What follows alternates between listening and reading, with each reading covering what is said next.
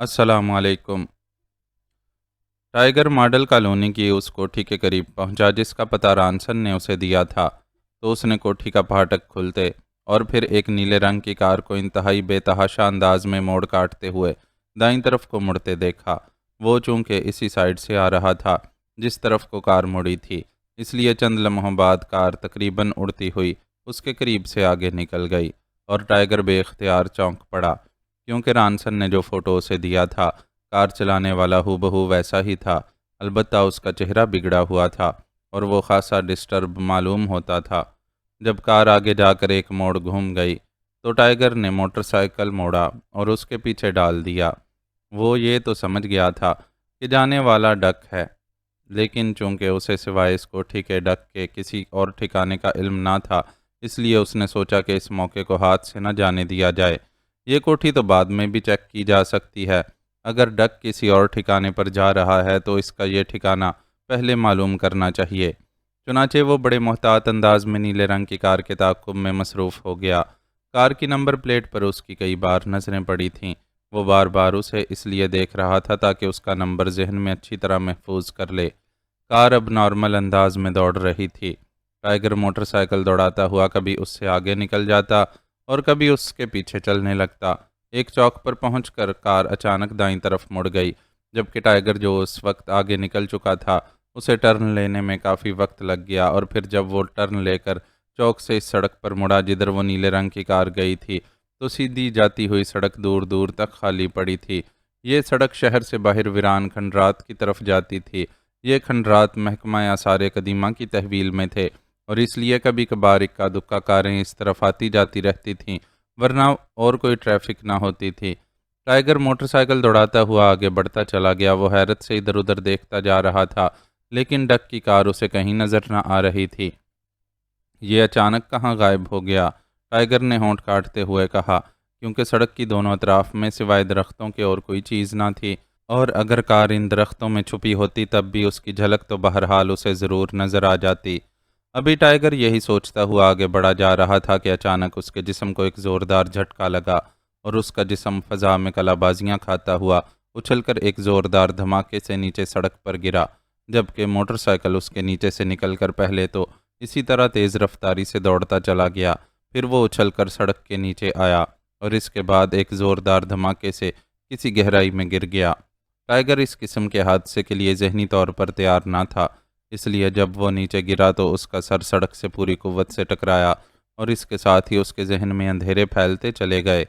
پھر درد کی ایک تیز لہر کی وجہ سے اس کی آنکھیں کھل گئیں اور اس نے اٹھنے کی کوشش کی، لیکن دوسرے لمحے وہ ایک طویل سانس لے کر رہ گیا، کیونکہ اس کا جسم ایک اسٹریچر پر چمڑے کی بیلٹس سے بندھا ہوا تھا اور اس کے سر اور چہرے پر شفاف شیشے کا ایک بڑا سا خود موجود تھا، جس کے قریب ایک کافی بڑی اور قدرے پیچیدہ سی مشین موجود تھی، اور ٹائیگر کے سر پر چڑھے ہوئے خود میں سے تاریں نکل کر اس مشین سے منسلک ہو رہی تھیں۔ ایک لمبا سا شخص سفید کوٹ پہنے اس مشین پر جھکا ہوا تھا۔ مشین کے بے شمار ڈائلوں میں سوئیاں تھرک رہی تھیں اور مختلف رنگوں کے بلب تیزی سے جل بجھ رہے تھے۔ باس، اب آپ پوچھ سکتے ہیں۔ اس کا ذہن اب پوری طرح بیدار بھی ہے اور کنٹرول میں بھی ہے۔ ایک بھاری سی آواز سنائی دی، تمہارا نام کیا ہے؟ اچانک ایک اور آواز ٹائیگر کے کانوں میں پڑی۔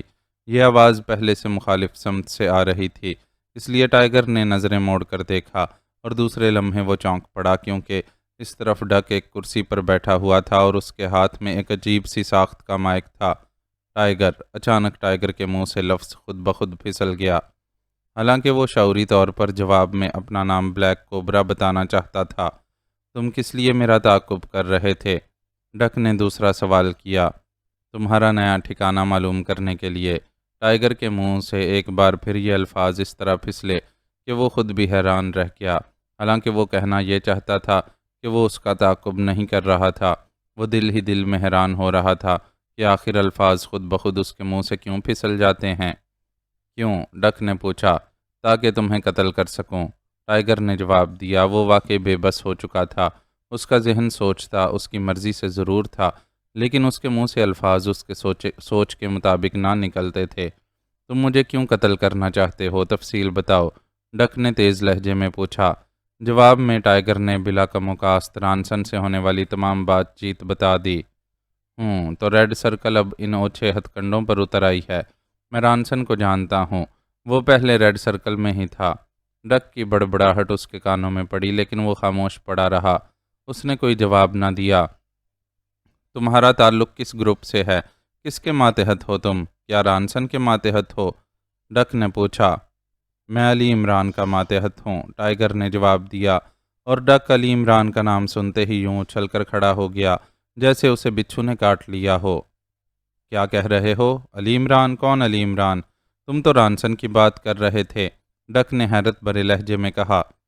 میں رانسن کا ماتحت نہیں ہوں، صرف کبھی کبھار اس کے لیے کام کرتا ہوں، اور وہ بھی صرف اس لیے تاکہ زیر زمین سرگرمیوں سے واقف رہوں۔ میں ماتحت علی عمران کا ہوں، وہ میرا باس ہے، علی عمران جو ڈائریکٹر جنرل انٹیلیجنس سر عبد الرحمان کا بیٹا ہے، ٹائیگر نے تفصیل سے جواب دیتے ہوئے کہا۔ کیا علی عمران اور رانسن کا آپس میں کوئی تعلق ہے؟ ڈک نے پوچھا۔ وہ ایک بار پھر کرسی پر بیٹھ گیا تھا۔ نہیں، علی عمران بہت بڑا آدمی ہے، وہ اس قسم کے چھوٹے موٹے بدماشوں سے کوئی تعلق نہیں رکھتا، ٹائیگر نے جواب دیا۔ کیا میرے متعلق تمہارے مشن کا علی عمران کو علم ہے؟ ڈک نے پوچھا۔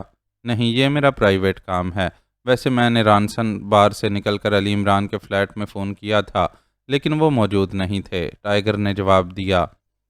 ٹھیک ہے، ڈک نے چند لمحے خاموش رہنے کے بعد کہا، اور اس کے ساتھ ہی ہلکی سی کھٹک کی آواز سنائی دی، اور پھر ڈک نے اٹھ کر مائک اس سفید کوٹ والے کو دے دیا۔ سنو، اسپیشل لائننگ پر اس شخص سے علی عمران کے متعلق تمام تفصیلات ٹیپ کرو کہ یہ علی عمران سے کس طرح ملتا ہے، کس طرح باتیں کرتا ہے، وہ اس سے کس طرح ڈیل کرتا ہے، مکمل تفصیلات، اس کا پتہ وغیرہ، پوری تفصیل ٹیپ کرنے کے بعد اسے ہلاک کر دینا، اور پھر یہ اسپیشل ٹیپ میرے دفتر بھجوا دینا۔ ڈک نے تیز تیز لہجے میں اس سفید کوٹ والے کو ہدایات دیں، اور اس کے اسبات میں سر ہلانے پر وہ مڑ کر چلتا ہوا ٹائیگر کی نظروں سے غائب ہو گیا۔ مسٹر ٹائیگر، باس بے حد سخت آدمی ہے، اور تم نے سن لیا ہوگا کہ اس نے تمہیں ہلاک کرنے کا حکم دے دیا ہے، اور اس وقت تم قطعی بے بس ہو۔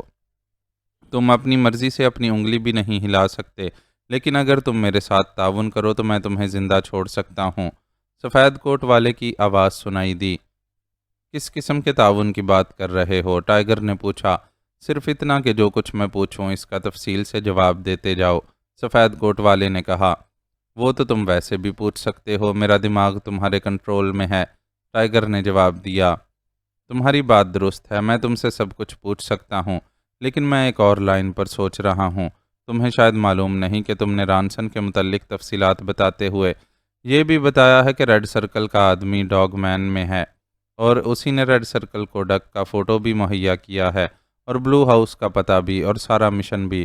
میں اس آدمی کو ٹریس کرنا چاہتا ہوں، اور چونکہ رانسن نے تمہیں اس کے متعلق نہیں بتایا، اور میرے خیال میں رانسن کو بھی اس کا علم نہیں ہے، لیکن اب چیف باس پاگل کتے کی طرح اس آدمی کو ٹریس کرنے میں لگ جائے گا، اور میں اس آدمی کو اس لیے ٹریس کرنا چاہتا ہوں کیونکہ میں خود ریڈ سرکل میں شامل ہونا چاہتا ہوں، لیکن خاص شرائط کے تحت۔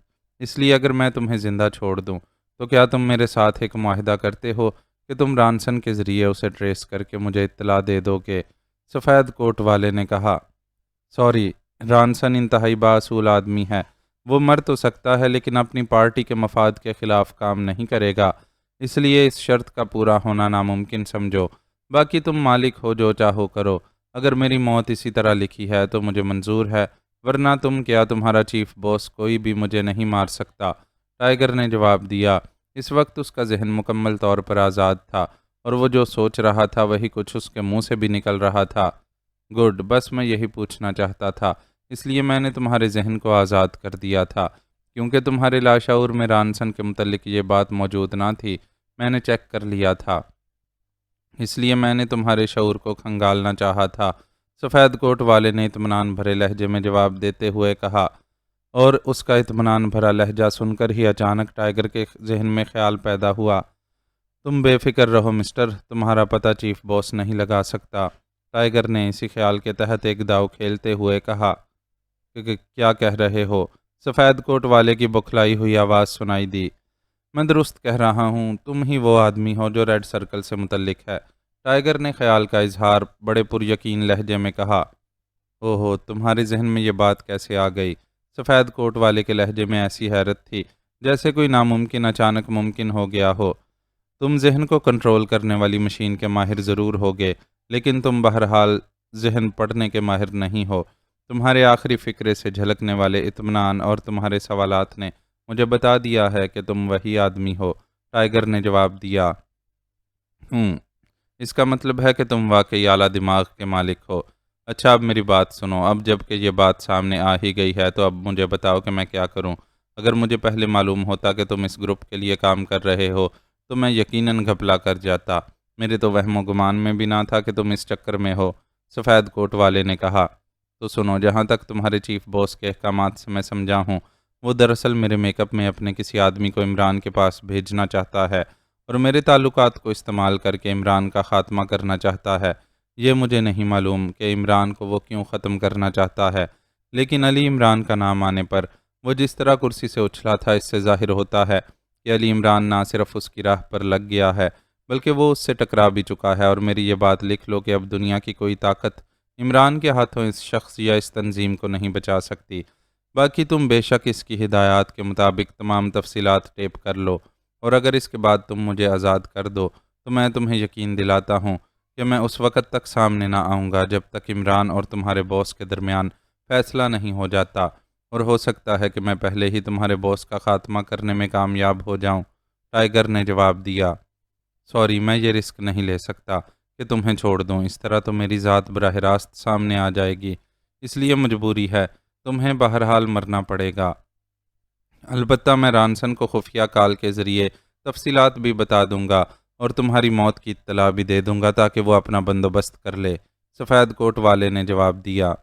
اچھا، اگر یہ بات ہے تو میری آخری خواہش ضرور پوری کر دینا، اور وہ صرف اتنی ہے کہ مجھے گیس یا کسی سائنسی آلات سے نہ مارنا بلکہ میری پشت میں گولی یا گولیاں اتار دینا، تاکہ کل اگر میری لاش عمران کو ملے تو کم از کم میری روح سرخرو ہو کہ میں نے پشت پر گولی کھائی ہے۔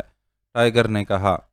اوہ، اچھا، میں تم مشرقیوں کے جذباتیت کو اچھی طرح سمجھتا ہوں، حالانکہ مرنے کے بعد تمہارا اس بات سے کوئی تعلق نہ رہے گا کہ گولی تمہاری پشت پر لگی ہے یا سامنے، یا تم کس طرح ہلاک ہوئے ہو، لیکن تم لوگوں کی جذباتیت کو چونکہ میں جانتا ہوں اور تم میری پارٹی کے لیے کام کر رہے تھے، اس لیے میں تمہاری آخری خواہش ضرور پوری کروں گا۔ سفید کوٹ والے نے اس کا مضحکہ اڑاتے ہوئے انداز میں ہنس کر کہا۔ شکریہ، بس میں یہی چاہتا ہوں، چاہے تم اسے جذباتیت کا نام دے لو یا کچھ اور، کم از کم میری روح کو تو سکون حاصل ہو جائے گا۔ ٹائیگر نے واقعی بڑے پرسکون لہجے میں کہا۔ ٹھیک ہے، تمہاری آخری خواہش ضرور پوری ہوگی، فی الحال میں اپنا کام پورا کر لوں، سفید کوٹ والے نے کہا، اور اس کے ساتھ ہی وہ مشین پر جھک گیا۔ چند لمحوں بعد ٹائیگر کے ذہن پر یک لخت ایک پٹاخہ سا چھوٹا، اور اس کے ساتھ ہی اسے یوں محسوس ہوا جیسے وہ کسی گہری کھائی میں گرتا چلا جا رہا ہو، اور اس کے بعد اس کے حواس اس کا ساتھ چھوڑ گئے۔ پھر جب اس کی آنکھیں کھلیں اور ہوش میں آیا تو وہ بدستور اسٹریچر پر بندھا ہوا پڑا تھا، لیکن اس کے سر سے وہ شفاف شیشے کا خود ہٹ چکا تھا۔ سفید کوٹ والا اب مشین کو بند کرنے میں مصروف تھا۔ اس نے مختلف بٹن دبائے اور پھر ٹائیگر کی طرف مڑا۔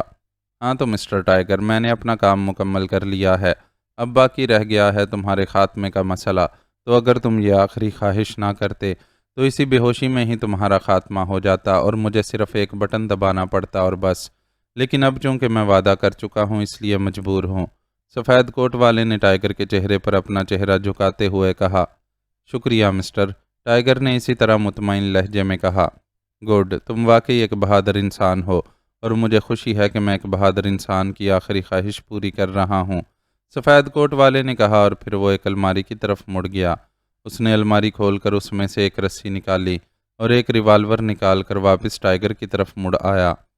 ٹائیگر خاموش پڑا رہا۔ سفید کوٹ والے نے ریوالور ایک طرف رکھا اور پھر اس نے پہلے ٹائیگر کی پنڈلیوں پر بندھی ہوئی چمڑے کی بیلٹ کو اسٹریچر کے نیچے سے کھولا، اور اس کے بعد اس نے رسی ٹائیگر کی پنڈلیوں کے گرد باندھ دی۔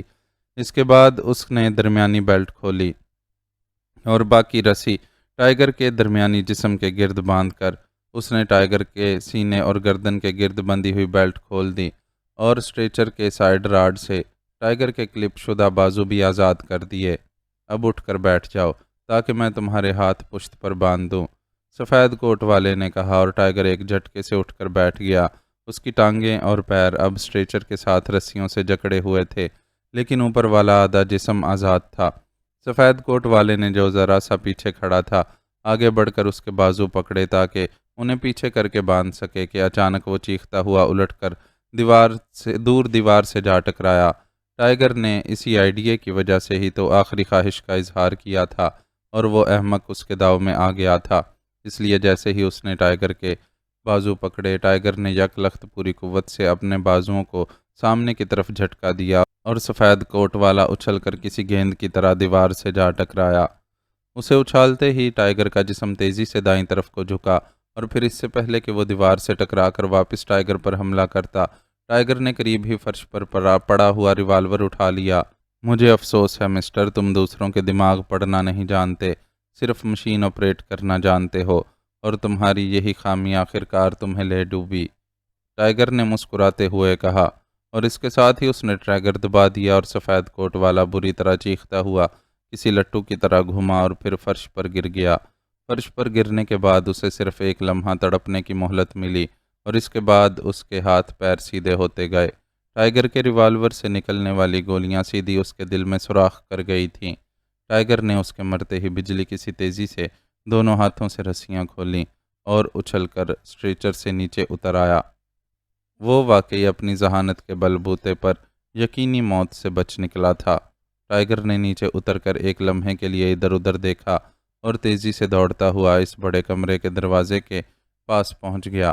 دروازے کو اس نے آہستہ سے دھکیلا تو وہ کھل گیا۔ ٹائیگر نے سر باہر نکال کر ادھر ادھر جھانکا۔ دروازے کے باہر برآمدہ سا تھا، جس کے سامنے ایک وسیع لان اور آخر میں ایک آگے بڑی راہداری تھی۔ برآمدہ اور لان خالی پڑا ہوا تھا۔ ٹائیگر واپس مڑا اور اس نے ریوالور کی باقی گولیاں اس مشین پر چلا دیں۔ ایک دھماکہ ہوا اور مشین کے پرزے سے اڑنے لگے۔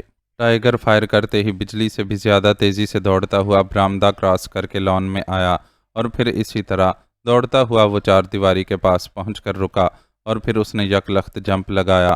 اس کا جسم ایک لمحے سے بھی کم عرصے میں رکا۔ دوسرے لمحے وہ باہر سڑک پر کھڑا تھا۔ سڑک پر ٹریفک آ جا رہی تھی۔ ٹائیگر قدرے اطمینان سے اور لیکن تیز تیز قدم اٹھاتا سڑک کراس کر کے سامنے ایک زیر تعمیر کوٹھی کے احاطے میں داخل ہو گیا۔ کوٹھی خالی پڑی ہوئی تھی، شاید اس کی تعمیر رکی ہوئی تھی، اس لیے وہاں کوئی آدمی بھی نہ تھا۔ ٹائیگر چند لمحے وہاں رکا رہا، لیکن جب کوٹھی میں سے اسے کوئی رد عمل دکھائی نہ دیا تو وہ سمجھ گیا کہ کوٹھی خالی ہے۔ وہ تیز تیز قدم اٹھاتا آگے بڑھتا چلا گیا۔ اس کا موٹر سائیکل نہ جانے کہاں تھا، اس لیے تھوڑا سا آگے بڑھنے کے بعد جب اسے ایک ٹیکسی نظر آئی تو وہ ٹیکسی میں سوار ہو گیا۔ ٹیکسی ٹائیگر نے کنگ روڈ کے پہلے چوراہے پر چھوڑ دی اور پیدل عمران کے فلیٹ کی طرف چل پڑا۔ وہ بڑے محتاط انداز میں ادھر ادھر دیکھ رہا تھا، لیکن اسے کوئی ایسا آدمی نظر نہ آیا جو فلیٹ کی نگرانی کر رہا ہو، اور پھر وہ فلیٹ کی سیڑھیاں چڑھتا اوپر پہنچ گیا۔ فلیٹ کا دروازہ حسب دستور بند تھا۔ ٹائیگر نے کال بیل پر انگلی رکھ دی۔ چند لمحوں بعد دروازہ کھلا اور سلیمان کی بگڑی ہوئی شکل نظر آئی۔ صاحب نہیں ہے، ایک بار کہہ دیا کہ نہیں ہے۔ نہیں، آج کیا مصیبت ہے؟ ہر آدمی منہ اٹھائے صاحب کا پوچھنے چلا آ رہا ہے۔ سلیمان کا لہجہ بری طرح بگڑا ہوا تھا۔ میں ٹائیگر ہوں سلیمان، میک اپ میں ہوں۔ کون پوچھنے آیا تھا؟ ٹائیگر نے اپنی اصل آواز میں کہا۔ اوہ ٹائیگر صاحب آپ، اچھا پہلے بھی دو غیر ملکی آ کر پوچھ گئے ہیں، میں نے سمجھا کہ آپ بھی اسی گروپ کے ہیں۔ عمران صاحب واقعی موجود نہیں ہیں، سلیمان نے اس بار قدرے نرم لہجے میں کہا۔ سنو، میری کسی طرح عمران صاحب سے بات کرا دو، انتہائی ایمرجنسی مسئلہ ہے اور اس میں انہی کا فائدہ ہے، ٹائیگر نے کہا۔ اچھا آئیے، کوشش کرتا ہوں، سلیمان نے دروازے سے ایک طرف ہٹتے ہوئے کہا، اور ٹائیگر اندر داخل ہو گیا۔ سلیمان نے دروازہ بند کر کے چٹکنی لگائی اور پھر وہ ٹائیگر کو لیے ڈرائنگ روم میں آ گیا۔ ابھی وہ دونوں ڈرائنگ روم میں داخل ہوئے ہی تھے کہ میز پر رکھے ہوئے ٹیلی فون کی گھنٹی بج اٹھی۔ سلیمان نے جلدی سے آگے بڑھ کر ریسیور اٹھا لیا۔ سلیمان بول رہا ہوں، سلیمان نے کہا۔ سلیمان میں عمران بول رہا ہوں، تم ایسا کرو کہ کچھ روز کے لیے اپنے گاؤں چلے جاؤ، کیونکہ میں ایک مشن میں پھنسا ہوا ہوں، اس لیے شاید میں کچھ روز تک نہ فلیٹ آ سکوں اور نہ تم سے رابطہ قائم کر سکوں۔ عمران کی آواز سنائی دی۔ ٹھیک ہے صاحب، یہ ٹائیگر صاحب سے بات کر لیں، سلیمان نے سر ہلاتے ہوئے کہا۔ ٹائیگر، وہ کیسے فلیٹ پہنچ گیا؟ بہرحال اسے ریسیور دو، عمران نے چونکتے ہوئے کہا، اور سلیمان نے ریسیور ٹائیگر کی طرف بڑھا دیا۔ اور جواب میں ٹائیگر نے عمران کو رانسن کلب میں جانے سے لے کر یہاں فلیٹ پر آنے تک تمام رویداد تفصیل سے سنا دی۔ لیکن تم فلیٹ پر کیوں آئے جبکہ تم نے خود ڈک کو یہاں کا پتہ دیا ہے؟ لازماً وہ فلیٹ کی نگرانی کرا رہا ہوگا، عمران نے پوچھا۔ میں ہر صورت میں آپ سے بات کرنا چاہتا تھا، میرا خیال تھا کہ سلیمان بہرحال آپ کو ڈھونڈ نکالے گا، ٹائیگر نے جواب دیا۔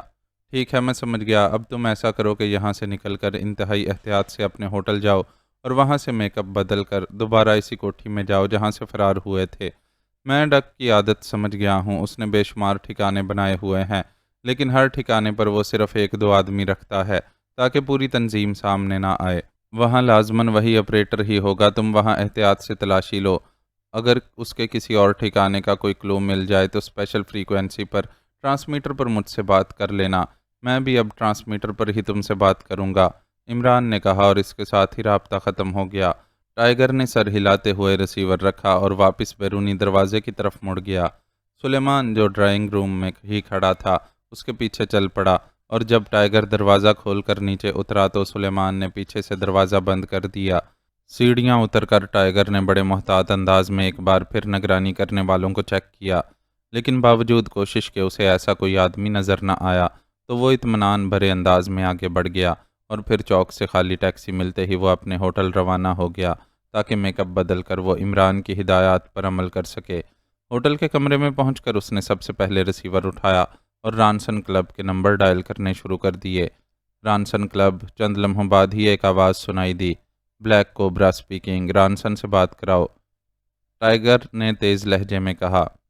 او سر، میں ڈکی بول رہا ہوں کاؤنٹر سے، ابھی تھوڑی دیر پہلے نامعلوم اشخاص نے یہاں حملہ کیا ہے، وہ باس کو اغوا کر کے لے جانا چاہتے تھے لیکن مزاحمت پر انہوں نے باس کو گولی مار دی اور فرار ہو گئے ہیں، 4 اور افراد بھی اس چکر میں ہلاک ہو گئے ہیں، باس شدید زخمی ہوئے لیکن ہسپتال پہنچتے ہی ختم ہو گئے، ڈکی کی بھررائی ہوئی آواز سنائی دی۔ او ویری بیڈ، کون لوگ تھے وہ؟ رانسن کی تو کسی سے دشمنی نہ تھی، ٹائیگر نے رسمن کہا، حالانکہ وہ جانتا تھا کہ حملہ آور یقیناً ڈاگ مین کے آدمی ہوں گے۔ معلوم نہیں سر، بہرحال وکٹر ان لوگوں کو تلاش کر رہا ہے، ڈکی نے جواب دیا۔ ٹھیک ہے، میں وکٹر سے بات کروں گا، میں خود بھی اس تلاش میں نہ صرف اس کی مدد کروں گا بلکہ رانسن کی موت کا بھرپور انتقام بھی لوں گا، ٹائیگر نے تیز لہجے میں کہا اور ریسیور رکھ کر ایک طویل سانس لیا، اسے پہلے سے ہی اس بات کی توقع تھی جو پوری ہو گئی تھی۔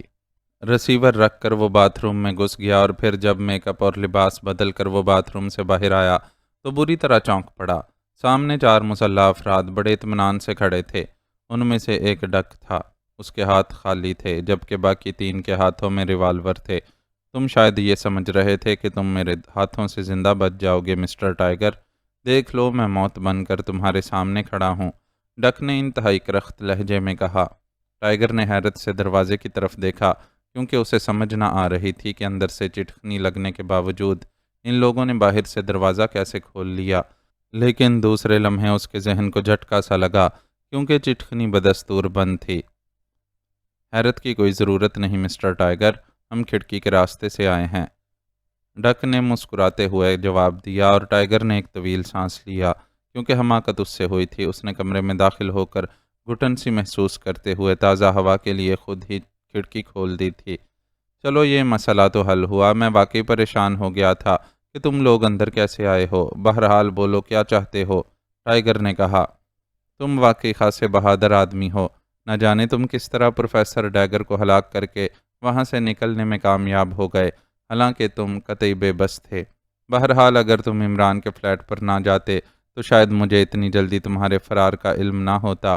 تم نے عمران کے فلیٹ میں فون پر اس سے بات کی ہے، میرے آدمی فون کر رہے تھے، لیکن حیرت انگیز بات یہ ہے کہ عمران جس فون پر بات کر رہا تھا اس کا نمبر ٹریس نہیں ہو سکا، حالانکہ وہ کسی پبلک بوتھ کا نمبر بھی نہ تھا۔ میں اس کی تحقیقات کر چکا ہوں، اب میں تم سے صرف یہ پوچھنے آیا ہوں کہ عمران جس فون سے بات کر رہا تھا اس کا نمبر کیا ہے اور وہ کس جگہ لگا ہوا ہے، ڈک نے بڑے مطمئن لہجے میں کہا۔ تمہیں وہ نمبر قیامت تک نہیں مل سکتا کیونکہ عمران تم سے زیادہ سمجھدار ہے، اس نے پہلے سے اپنے فلیٹ کے فون میں ایسی ایڈجسٹمنٹ کرا رکھی ہے کہ دوسری طرف کا نمبر ٹریس نہیں ہو سکتا، حالانکہ وہ یقیناً کسی پبلک بوتھ سے بات کر رہا ہوگا، ٹائیگر نے جواب دیا۔ اب ظاہر ہے وہ ڈک کو دانش منزل کا پتہ تو نہ بتا سکتا تھا، حالانکہ وہ نمبر ٹریس نہ ہونے کی بات سے ہی سمجھ گیا تھا کہ عمران دانش منزل سے فون پر بات کر رہا تھا۔ بہرحال مجھے عمران کا پتہ چاہیے ابھی اور اسی وقت۔ بولو کہاں ہے عمران؟ ڈک نے ہونٹ کاٹتے ہوئے انتہائی سخت لہجے میں کہا۔ اگر میری جیب میں ہے تو تلاش کر لو، ٹائیگر نے ہنستے ہوئے کہا۔ تو تم نہیں بتانا چاہتے، ٹھیک ہے پھر چھٹی کرو، ڈک نے سپاٹ لہجے میں کہا اور تیزی سے ایک سائیڈ پر ہٹا۔ اسی لمحے اس کے پیچھے کھڑے ہوئے تینوں ریوالور برداروں نے یک لخت ٹریگر دبا دیے، لیکن ٹائیگر ایسی صورتحال کے لیے ذہنی طور پر پہلے ہی تیار تھا، اس لیے ڈک کے ایک طرف ہٹتے ہی وہ یک لخت فضا میں اچھلا اور ریوالوروں کی گولیاں تو اس کے پیروں تلے سے نکل گئیں، لیکن ٹائیگر نے انہیں دوسری بار فائر کرنے کی مہلت ہی نہ دی۔ اس کا جسم بجلی کی سی تیزی سے اچھل کر سیدھا کھلی کھڑکی سے نکلتا چلا گیا۔ چونکہ ہوٹل میں اس کا کمرہ چوتھی منزل کی بلندی پر تھا، اس لیے کھڑکی سے اس طرح اچھل کر باہر نکلنا خودکشی کے ہی مترادف تھا، لیکن ٹائیگر اتنا احمق نہ تھا۔ چنانچہ جیسے ہی اس کا جسم کھڑکی سے باہر نکل کر نیچے گرا، اس نے جسم کو ہلکا سا جھکولا دیا اور دوسرے لمحے اس کا جسم تیر کی طرح نیچے گرتا ہوا پہلی منزل کی کھڑکی کے اوپر باہر کو نکلے ہوئے شیڈ کی طرف گیا۔ اس کے دونوں پیر جیسے ہی شیڈ پر لگے، اس نے کلا بازی کھائی اور پھر اس شیڈ کے نیچے بنے ہوئے لون کی سائیڈ مہندی کی اونچی باڑ سے ٹکرا کر وہ کھڑا ہو گیا۔ باڑ پر گرنے کی وجہ سے اس کے چہرے اور ہاتھوں پر خراشیں آئیں اور کپڑے بھی مسلے گئے، لیکن اس کی نہ صرف جان بچ گئی بلکہ وہ ڈک اور اس کے ساتھیوں کی طرف سے بھی فوری طور پر محفوظ ہو گیا تھا۔ اسے معلوم تھا کہ جیسے ہی اس کا جسم کھڑکی سے باہر نکلے گا، وہ سب تیزی سے کھڑکی کی طرف دوڑیں گے اور ان کی کوشش یہی ہوگی کہ وہ اسے فضا میں ہی ہٹ کر لیں، لیکن اسے کھڑکی تک کے فاصلے کا اندازہ تھا۔ چنانچہ وہی ہوا۔ جس لمحے اس کا جسم کلا بازی کھا کر شیڈ کے نیچے مہندی کی باڑ سے ٹکرایا تھا، اسی لمحے ڈک اور اس کے ساتھی کھڑکی پر پہنچے تھے۔ چونکہ یہ ہوٹل کی عقبی سمت تھی، اس لیے اس طرف اس وقت کوئی آدمی موجود نہ تھا۔ ٹائیگر کچھ دیر خاموشی سے اس شیڈ کے نیچے کھڑا رہا تاکہ اوپر کھڑکی سے دیکھنے والے مایوس ہو کر پلٹ جائیں۔ اس کے بعد وہ باڑ کے پیچھے جھک کر رینگتا ہوا آگے بڑھا اور پھر عقبی سمت میں فائر ڈور کی لوہے کی سیڑھیاں چڑھتا ہوا تیزی سے واپس جانے لگا۔ اسے مکمل یقین تھا کہ ڈک اور اس کے ساتھی اب نیچے اتر کر اسے ادھر ادھر تلاش کریں گے۔ ان کے تصور میں بھی نہ تھا کہ ٹائیگر واپس اسی کمرے میں پہنچ جائے گا۔ چوتھی منزل پر پہنچ کر اس نے فائر ڈور پر موجود مخصوص نمبروں والا تالا کھولا اور اندر داخل ہو گیا۔ چند لمحوں بعد وہ واپس اپنے کمرے میں پہنچ گیا تھا۔ اس نے کھڑکی کی سائیڈ میں ہو کر نیچے جھانکا تو اس کے لبوں پر طنزیہ مسکراہٹ بکھر گئی۔ ڈک کے دو ساتھی اسے عقبی باغ میں تلاش کرتے نظر آئے۔ وہ سمجھ گیا کہ ڈک ایک ساتھی کے ساتھ سامنے والی سمت پر ہوگا۔ ٹائیگر نے کھڑکی کو آہستہ سے بند کر دیا تاکہ وہ لوگ دوبارہ اندر داخل نہ ہو سکیں، اور پھر مڑ کر دوبارہ باتھ روم میں داخل ہو گیا۔ اس نے جلدی سے لباس بدلا اور میک اپ کے ٹچز نئے لگا کر بڑے اطمینان سے کمرے کا دروازہ کھول کر لفٹ کے ذریعے نیچے ہال میں آیا اور بیرونی گیٹ سے نکل کر باہر پارکنگ کی طرف آیا۔ اسی لمحے اس نے مین گیٹ سے ایک کار کو مڑتے دیکھا اور اس کار کی ڈرائیونگ سیٹ پر اسے ڈک کے ایک ساتھی کی جھلک دکھائی دی۔ وہ پارکنگ میں کھڑی اپنی سپورٹس کار کی طرف بڑھ گیا۔ تھوڑی دیر بعد وہ اس کار کے تعاقب میں تھا۔ اس نے کار میں موجود ٹرانسمیٹر پر عمران کی اسپیشل فریکوینسی سیٹ کی اور اسے اس تمام واقعے کی رپورٹ دینے میں مصروف ہو گیا۔ میز پر رکھے ہوئے ٹرانسمیٹر سے ٹوں ٹوں کی آوازیں نکلتے ہی سامنے کھڑے ڈک نے جلدی سے ہاتھ بڑھا کر اس کا بٹن دبا دیا۔ یس ڈاگ مین، اوور، ڈک نے بدلے ہوئے لہجے میں کہا۔ 0 سرکل کالنگ چیف ڈک، اوور، دوسری طرف سے ایک بھرائی ہوئی آواز سنائی دی۔ یس چیف ڈک اٹینڈنگ یو، اوور، اس بار ڈک نے اپنے اصل لہجے میں کہا۔ مسٹر ڈک، سپلائی نہیں پہنچ رہی، اوور، دوسری طرف سے کہا گیا۔ ابھی فی الحال سپلائی ملتوی کر دی گئی ہے، یہاں پاک ایشیا میں معمولی سی گڑبڑ ہو گئی ہے۔ فی الحال میں نے پروگرام بنایا ہے کہ اس گڑبڑ سے نمٹ لوں، اس کے بعد سپلائی کا سلسلہ شروع کروں گا، اوور، ڈک نے کہا۔ او مسٹر ڈک، کہنا تو نہیں چاہیے کیونکہ ہمارا اور آپ کا سلسلہ تو صرف سپلائی تک محدود ہے، لیکن کہیں آپ پاک ایشیا میں عمران سے تو نہیں ٹکرا گئے، اوور، دوسری طرف سے چونکتے ہوئے کہا گیا۔ عمران؟ وہ کون ہے؟ میں تو نام بھی پہلی بار سن رہا ہوں۔ یہاں انٹیلیجنس کا ایک آدمی ذرا سی گڑبڑ کر رہا ہے، میرے آدمی اس سے بات چیت کر رہے ہیں، جیسے ہی اس سے سودا طے ہو گیا سپلائی بحال ہو جائے گی، اوور، ڈک نے جان بوجھ کر جواب دیا۔ او پھر ٹھیک ہے، پاک ایشیا میں سب سے بڑا خطرہ اگر کسی تنظیم کو ہو سکتا ہے تو وہ عمران ہے، اور مسٹر ڈک، میرا مخلصانہ مشورہ ہے کہ آپ کسی طرح بھی عمران سے نہ ٹکرائیں۔ اوور، دوسری طرف سے کہا گیا۔ مگر معلوم تو ہو کہ یہ عمران صاحب ہیں کون؟ ان کا حدود اربا کیا ہے جس سے آپ ڈاگ مین کو ڈرانے کی کوشش کر رہے ہیں؟ اوور، ڈک نے جان بوجھ کر لہجے کو درست کرتے ہوئے کہا۔ او سوری مسٹر ڈک، آپ کے جذبات کو ٹھیس پہنچی ہے، لیکن یقین کریں میرا اس سے یہ مقصد نہ تھا کہ میں ڈاگ مین جیسی بین الاقوامی تنظیم کی توہین کروں۔ میں نے تو صرف اس لیے کہا ہے کہ آپ مطلع رہیں۔ اوور، دوسری طرف سے معذرت بھرے لہجے میں جواب دیا گیا۔ شکریہ، بہرحال اب آپ نے بات کر ہی دی ہے تو پھر اس کے متعلق تفصیل بھی بتا دیں تاکہ میں اس سے پوری طرح ہوشیار رہوں، ڈک نے نرم لہجے میں کہا۔ عمران ایک بظاہر احمق سا نوجوان ہے، کنگ روڈ کے فلیٹ میں اپنے باورچی کے ساتھ رہتا ہے اور پاک ایشیا کی سینٹرل انٹیلیجنس کے ڈائریکٹر جنرل سر عبد الرحمان کا اکلوتا بیٹا ہے، لیکن سر عبد الرحمان سے اس کے تعلقات ٹھیک نہیں ہیں۔ البتہ اس کا تعلق اگر ہے تو پاک ایشیا سیکرٹ سروس کے چیف ایکس 2 کے ساتھ ہے۔ وہ اس کے لیے کام کرتا ہے، گو وہ براہ راست سیکرٹ سروس میں ملازم نہیں ہے۔ یہ تو اس کے متعلق چند کوائف ہیں۔ ویسے وہ دنیا کا خطرناک ترین سیکرٹ ایجنٹ ہے۔ بے شمار بین الاقوامی مجرم تنظیمیں اور ورلڈ کلاس سیکرٹ ایجنٹ اس کے ہاتھوں اپنی گردنیں توڑوا چکے ہیں۔ انتہائی شاطر، ذہین، انتہائی حد تک خطرناک انسان ہے۔ میرے خیال میں اتنا ہی کافی ہے۔ مزید کچھ کہنے سے ہو سکتا ہے کہ آپ ناراض ہو جائیں۔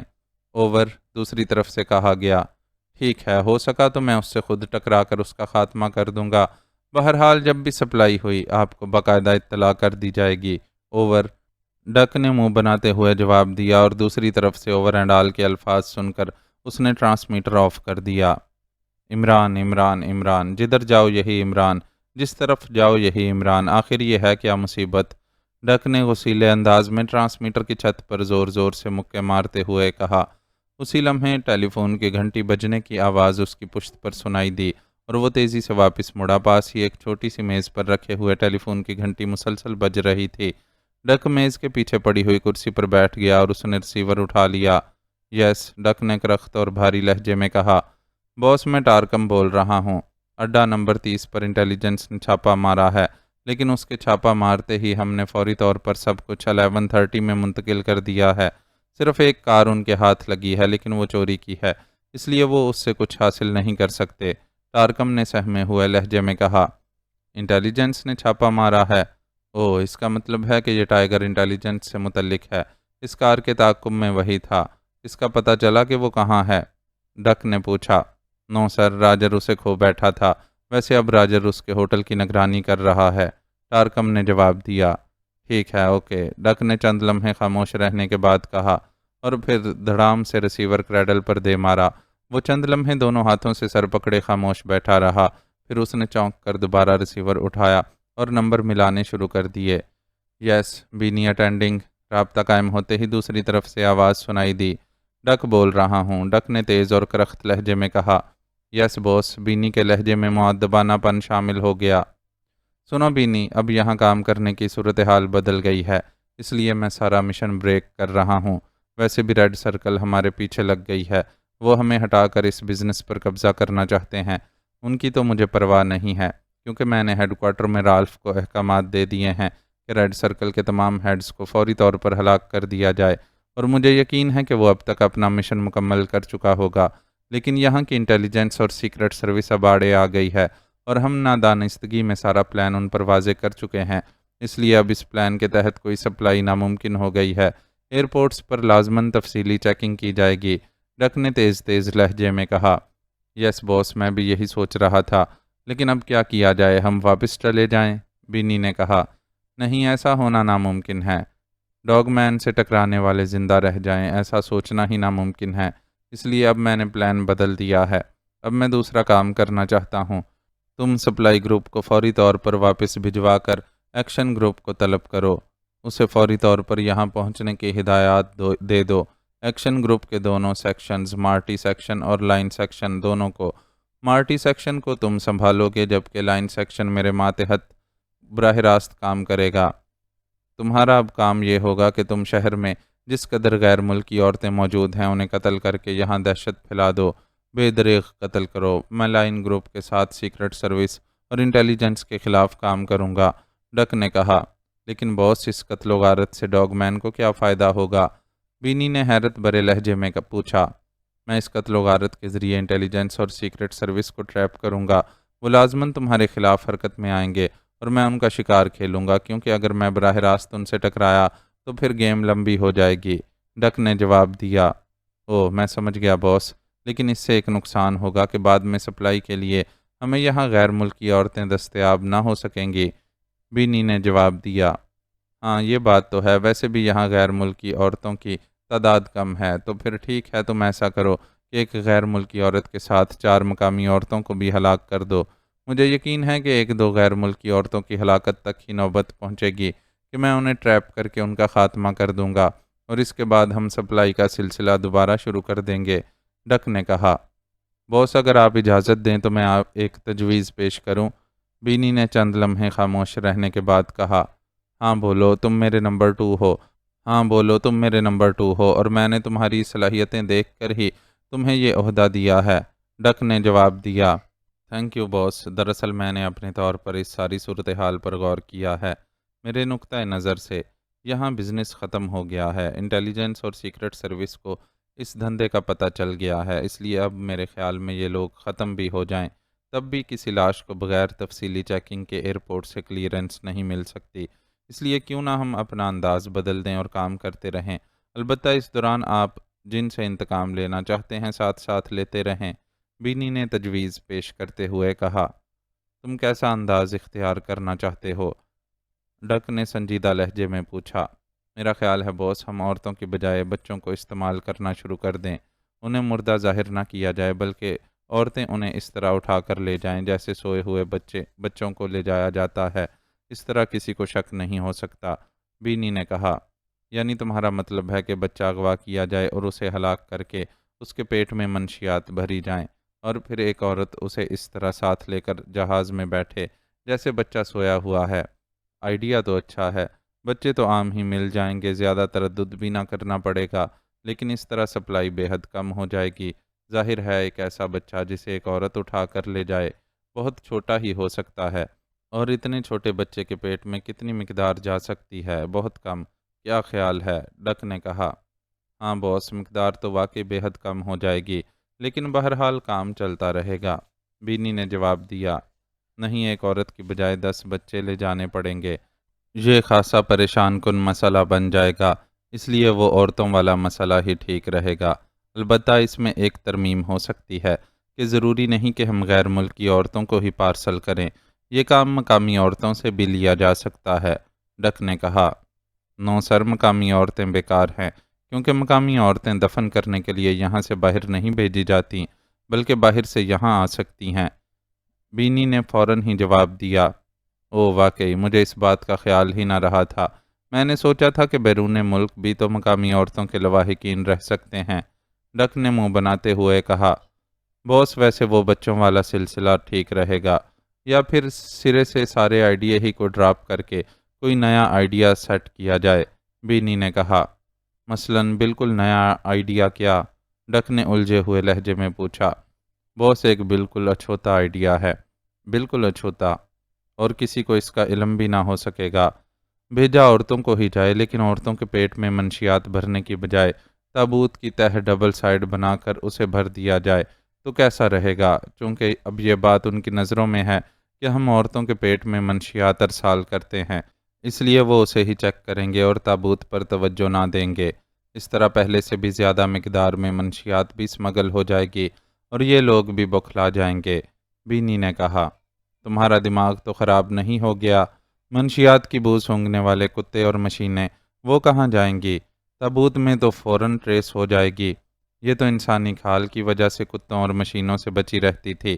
ڈک نے گراتے ہوئے جواب دیا، باس، پھر تو اور بھی آسان ہے، ہم اسی عورت کی پشت کی کھال اتار کر اس میں منشیات پیک کر کے خانے میں رکھ دیں گے۔ بینی نے کہا، ویری گڈ، ویری گڈ، یہ بہت اچھا آئیڈیا ہے، ٹھیک ہے، اس طرح واقعی مکمل ڈاجنگ ہو جائے گی۔ ڈک نے اس بار خوشی سے چلاتے ہوئے کہا، یس باس، بالکل صحیح رہے گا یہ آئیڈیا۔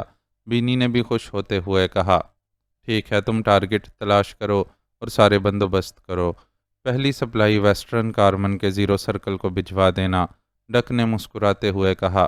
اب اس کے چہرے پر گہرا اطمینان تھا۔ تو پھر میں آدمی واپس نہ بھیجوں؟ بینی نے کہا۔ نہیں، اب ضرورت نہیں رہی۔ باقی رہا عمران، تو میں اکیلا ہی اس سے نمٹ لوں گا۔ اسے معلوم تو ہو کہ ڈاگ مین سے ٹکرانے کا کیا نتیجہ نکلتا ہے، ڈک نے کہا، اور ریسیور رکھ کر اس نے اطمینان کا ایک گہرا سانس لیا۔ اب وہ عمران سے بھرپور انداز میں ٹکرانے کے لیے کوئی جامع پلان سوچ رہا تھا کہ اچانک ٹیلی فون کی گھنٹی بج اٹھی اور ڈک نے چونک کر ریسیور اٹھا لیا۔ یس، ڈک نے ریسیور اٹھاتے ہوئے کہا۔ باس، میں گڈ مین بول رہا ہوں۔ میں نے اس غیر ملکی لڑکی کو ٹریس کر لیا ہے جسے جیمز اغوا کر کے لے آیا تھا اور جو فرار ہو گئی تھی۔ دوسری طرف سے ایک مؤدبانہ آواز آئی۔ وہ سوئس لڑکی جولیانا؟ ڈک نے چونک کر پوچھا۔ یس باس، وہی، گڈ مین نے جواب دیا۔ کہاں ہے وہ؟ ڈک نے اشتیاق بھرے لہجے میں پوچھا۔ باس، اس وقت وہ ہوٹل پلازا کے ہال میں دو مقامی افراد کے ساتھ بیٹھی ہوئی ہے۔ وہ تینوں اکٹھے ہی ایک کار میں آئے ہیں، گڈ مین نے جواب دیا۔ تمہارے ساتھ کتنے آدمی ہیں؟ ڈک نے پوچھا۔ 4 باس، ہم شکار کی تلاش میں پھر رہے تھے کہ وہ نظر آ گئی اور میں نے اسے پہچان لیا کیونکہ جیمز کے کہنے پر میں نے ہی اس کی نگرانی کی تھی، گڈ مین نے جواب دیتے ہوئے کہا۔ اوکے، ایسا کرو کہ ان 2 مقامی افراد کو گولی مار کر اس لڑکی کو زبردستی اغوا کر کے 31 پر پہنچا دو اور 31 کو کہنا کہ مجھے کال کرے۔ باقی ہدایات میں 31 کو دے دوں گا، اور سنو، سارا کام انتہائی احتیاط سے ہونا چاہیے۔ ہو سکتا ہے ہمیں ٹریپ کرنے کے لیے اس لڑکی کو سامنے لایا گیا ہو، ڈک نے کہا۔ ہمیں ٹریپ کرنے کے لیے کیا مطلب باس؟ گڈ مین نے حیرت بھرے لہجے میں کہا۔ اس لڑکی کا تعلق یہاں کی سیکرٹ سروس سے ہے اور سیکرٹ سروس ہماری راہ پر لگ چکی ہے، اور ہاں، یہ بھی دیکھنا ہے کہ یہ دونوں بھی سیکرٹ سروس سے متعلق افراد ہوں۔ ٹھیک ہے، تم انہیں مت چھیڑو، میں خود وہاں آ رہا ہوں، ڈک نے کہا، اور ریسیور رکھ کر وہ تیزی سے اٹھا اور ملحقہ کمرے کی طرف بڑھ گیا تاکہ میک اپ وغیرہ کر کے وہ ہوٹل پلازا پہنچ سکے۔ اس کے ذہن میں ایک نیا پلان ترتیب پا رہا تھا۔ میں جلد از جلد ان ننگ انسانیت قسم کے مجرموں کا خاتمہ کرنا چاہتا ہوں، سمجھے؟ عمران نے تیز لہجے میں سامنے بیٹھے ہوئے بلیک زیرو سے مخاطب ہو کر کہا۔ ہاں عمران صاحب، ایسے مجرم ناقابل معافی ہیں، بلیک زیرو نے جواب دیا۔ منشیات تو سمگل ہوتی ہی رہتی ہے، لیکن انہوں نے واقعی کتوں جیسا کام کیا ہے، اور میں چاہتا ہوں کہ اس سے پہلے کہ یہ کسی اور عورت کو ہلاک کریں، میں ان کا گلا دبوچ لوں، عمران نے ہونٹ کاٹتے ہوئے کہا۔ اس کا چہرہ سرخ ہو رہا تھا۔ لیکن عمران صاحب، یہ لوگ بے حد شاطر ہیں، ایک جگہ اڈا ہی نہیں بناتے۔ اب دیکھیے، ٹائیگر نے ان کا تعاقب کیا، اس اڈے میں یہ لوگ داخل ہوئے، ٹائیگر کی اطلاع پر چھاپا مارا گیا، لیکن کچھ بھی برآمد نہ ہوا، نہ ہی کوئی مال اور نہ ہی کوئی آدمی، بلیک زیرو نے کہا۔ ان کو بلوں سے نکالنے کے لیے چارہ ڈالنا ہوگا، اور ان کے لیے بہترین چارہ جولیا ہو سکتی ہے، عمران نے چند لمحے خاموش رہنے کے بعد کہا، اور اس کے ساتھ ہی اس نے ریسیور اٹھا کر نمبر ڈائل کرنے شروع کر دیے۔ صفدر بول رہا ہوں۔ چند لمحوں بعد دوسری طرف سے صفدر کی آواز سنائی دی۔ X2، عمران نے غراتے ہوئے کہا۔ یس باس، صفدر نے یکلخت انتہائی مؤدبانہ لہجے میں جواب دیتے ہوئے کہا۔ تم جولیا اور کیپٹن شکیل کو لے کر شہر میں گھومو پھرو، تنویر اور نعمانی کو کہہ دو کہ وہ انتہائی محتاط انداز میں تمہاری نگرانی کریں۔ اگر کچھ لوگ جولیا کو اغوا کرنا چاہیں تو بس معمولی سی مداخلت کرنے کے بعد ایسا ہونے دینا، لیکن جیسے ہی جولیا کو کسی اڈے پر لے جایا جائے، اس اڈے کو فوری طور پر گھیر لیا جائے۔ عمران بھی تم سب سے علیحدہ رہ کر نگرانی کرے گا۔ ایسے موقع پر عمران تمہیں مزید ہدایات دے گا۔ تم سب نے پوری طرح مسلح ہونا ہے اور انتہائی محتاط رہنا ہے، کیونکہ تم لوگوں کی معمولی سی غفلت سے جولیا کی جان جا سکتی ہے، عمران نے کہا۔ یس باس، لیکن اگر جولیا کو اکیلا رکھ کر ہم سب اس کی نگرانی کریں تو، صفدر نے ڈرتے ڈرتے کہا۔ سنو، مجھے مشورہ دینے سے پہلے 10 بار سوچ لیا کرو۔ ڈاگ مین کو جولیا کی حقیقت کا علم ہو گیا ہے، اس لیے اگر جولیا اب اصل صورت میں اکیلی گھومے گی تو وہ لوگ لازماً سمجھ جائیں گے کہ انہیں ٹریپ کرنے کے لیے یہ سب کچھ کیا گیا ہے۔ تم دونوں ساتھ موجود ہوگے تو یہ خیال انہیں نہیں آئے گا، اس لیے تم دونوں کی موجودگی ضروری ہے، عمران نے انتہائی کرخت لہجے میں کہا۔ سوری باس۔ یس باس، میں سمجھ گیا باس، صفدر نے بوکھلائے ہوئے لہجے میں کہا۔ تم سب سے پہلے ہوٹل پلازا جاؤ گے اور وہاں ہال میں کم از کم آدھا گھنٹہ رکو گے تاکہ عمران وہاں پہنچ جائے۔ عمران نے کہا اور ریسیور رکھ دیا۔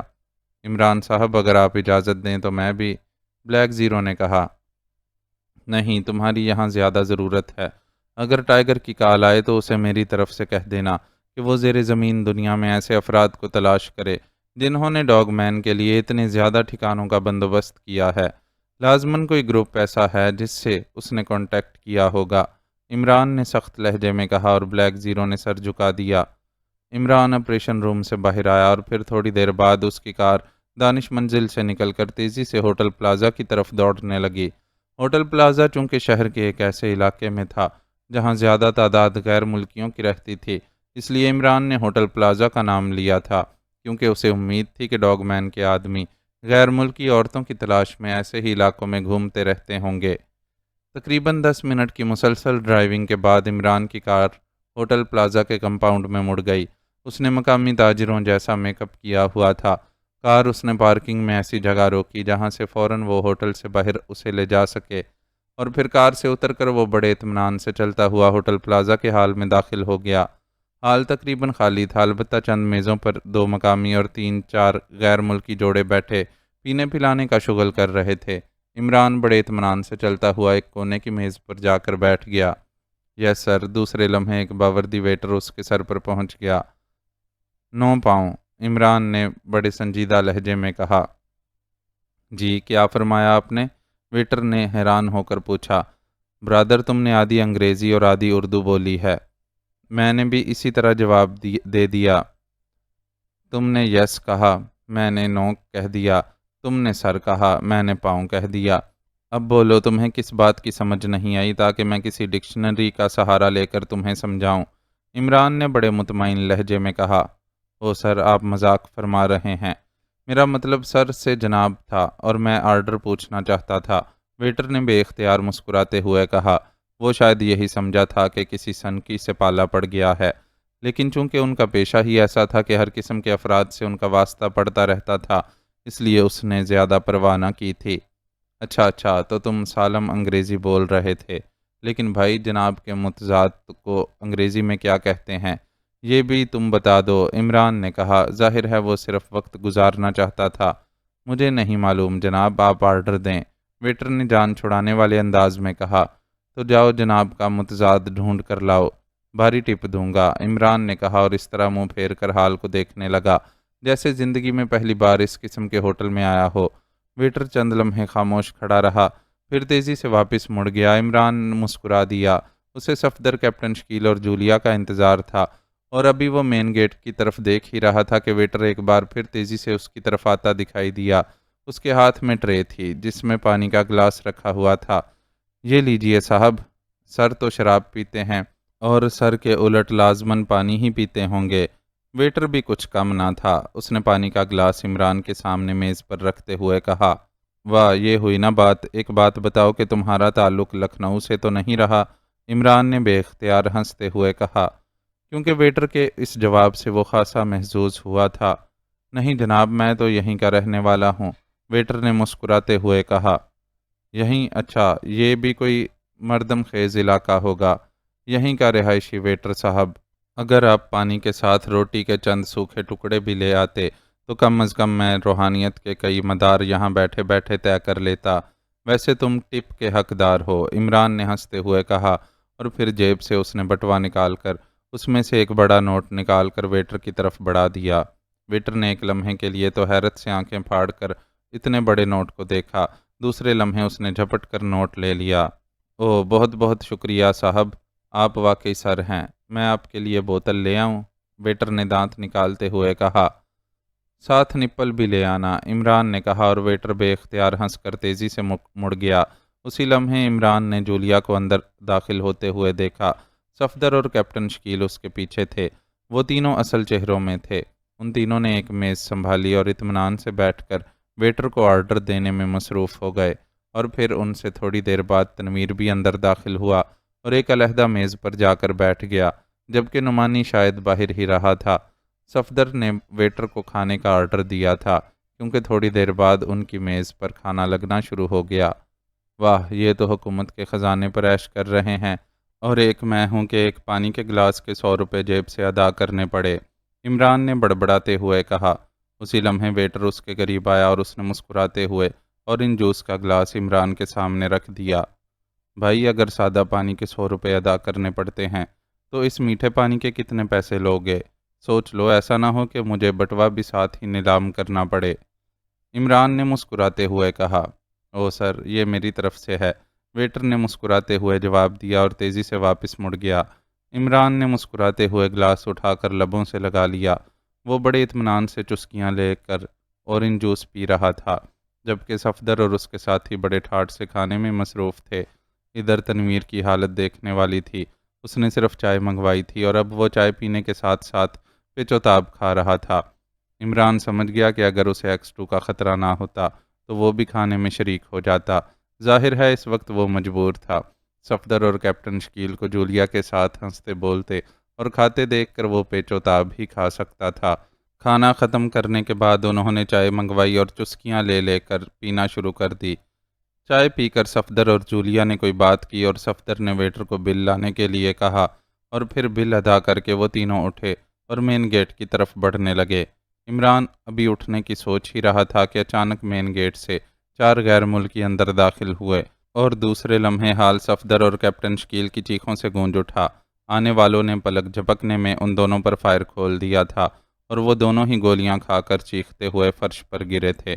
اسی لمحے عمران اور تنویر دونوں نے بجلی کی سی تیزی سے ریوالور نکالے اور پھر آنے والوں میں سے 2 گیٹ کے پاس ہی ڈھیر ہو گئے، لیکن 2 آدمی جولیا کو اٹھائے بجلی کی سی تیزی سے مین گیٹ کراس کر گئے۔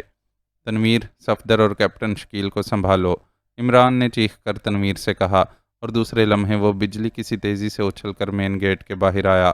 اسی لمحے عمران نے ہلکے آسمانی رنگ کی لمبی سی کار کو آندھی اور طوفان کی طرح کمپاؤنڈ گیٹ سے نکلتے دیکھا، اور اس کار سے مسلسل فائرنگ عقب پر کی جا رہی تھی، اور اس فائرنگ سے کئی افراد کمپاؤنڈ میں ہی ڈھیر ہو چکے تھے۔ عمران تیزی سے دوڑتا ہوا اپنی کار کی طرف بڑھا اور پھر کار کا دروازہ کھول کر وہ اس طرح سٹیئرنگ پر بیٹھا جیسے اس کے پیچھے پانی آ رہا ہو۔ دوسرے لمحے اس کی کار بندوق سے نکلنے والی گولی کی طرح اڑتی ہوئی گیٹ کراس کر کے سڑک پر آئی۔ ٹریفک کے باوجود عمران کار کو اس خوفناک انداز میں اڑائے لیے جا رہا تھا کہ باقی کاروں والے دہشت زدہ ہو کر اپنی کاریں ایک طرف ہٹاتے جا رہے تھے، لیکن اگلے چوک تک پہنچنے کے باوجود عمران کو وہ آسمانی رنگ کی کار کہیں نظر نہ آئی تو اس نے ہونٹ بھینچ لیے اور پھر چوک سے کار واپس موڑ لی۔ وہ سمجھ گیا تھا کہ اسے ڈاج دیا گیا ہے۔ کار راستے میں ہی کسی گلی میں موڑ لی گئی ہے، اور جاتے ہوئے چونکہ وہ بے تحاشا انداز میں کار چلا رہا تھا اس لیے اس کی توجہ گلیوں کی طرف نہ گئی۔ واپسی کے وقت اسے ایک کھلی گلی میں وہی آسمانی رنگ کی کار نظر آ گئی تو اس نے کار اس طرف موڑ دی، لیکن توقع کے مطابق کار خالی تھی۔ جولیا اور اغوا کنندہ غائب تھے۔ عمران نے اس کار کے پیچھے روکی اور نیچے اتر کر وہ آسمانی کار کی طرف بڑھا۔ اس نے ایک نظر کار کو باہر سے دیکھا اور پھر اسے اگلی سیٹ میں ایک کاغذ سا دبا ہوا نظر آیا، جیسے کاغذ کسی کی جیب سے گر کر دب گیا ہو۔ عمران نے دروازہ کھولنے کے لیے ہینڈل کھینچا ہی تھا کہ ایک خوفناک دھماکہ ہوا اور عمران کو یوں محسوس ہوا جیسے وہ کسی گیند کی طرح فضا میں اچھل گیا ہو اور اس کے جسم کے ہزاروں ٹکڑے ہو گئے ہوں۔ اس کے ساتھ ہی اس کے ذہن پر تاریکیوں نے غلبہ پا لیا۔ فائرنگ اور چیخوں کے ساتھ ہی جولیا کے سر پر زوردار ضرب لگی تھی اور اسے آخری احساس یہی ہوا تھا کہ کسی نے اسے جھپٹ کر فضا میں اٹھا لیا تھا۔ اس کے بعد اس کے ذہن سے ہر احساس غائب ہو گیا تھا۔ پھر جب اس کی آنکھیں کھلیں تو اس نے لاشعوری طور پر اٹھنے کی کوشش کی، لیکن دوسرے لمحے وہ ایک طویل سانس لے کر رہ گئی۔ اس کا سر درد کی شدت سے پھٹنے کے قریب ہو رہا تھا اور وہ ایک کرسی پر بیٹھی ہوئی تھی۔ اس کے بازو کرسی کے بازوؤں کے ساتھ کلپ کر دیے گئے تھے، اسی طرح اس کے دونوں پیر بھی کرسی کے سامنے والے دونوں پیروں کے ساتھ لوہے کے کڑوں میں پھنسے ہوئے تھے۔ کرسی لوہے کی تھی۔ جولیا کا لباس مسلا ہوا تھا۔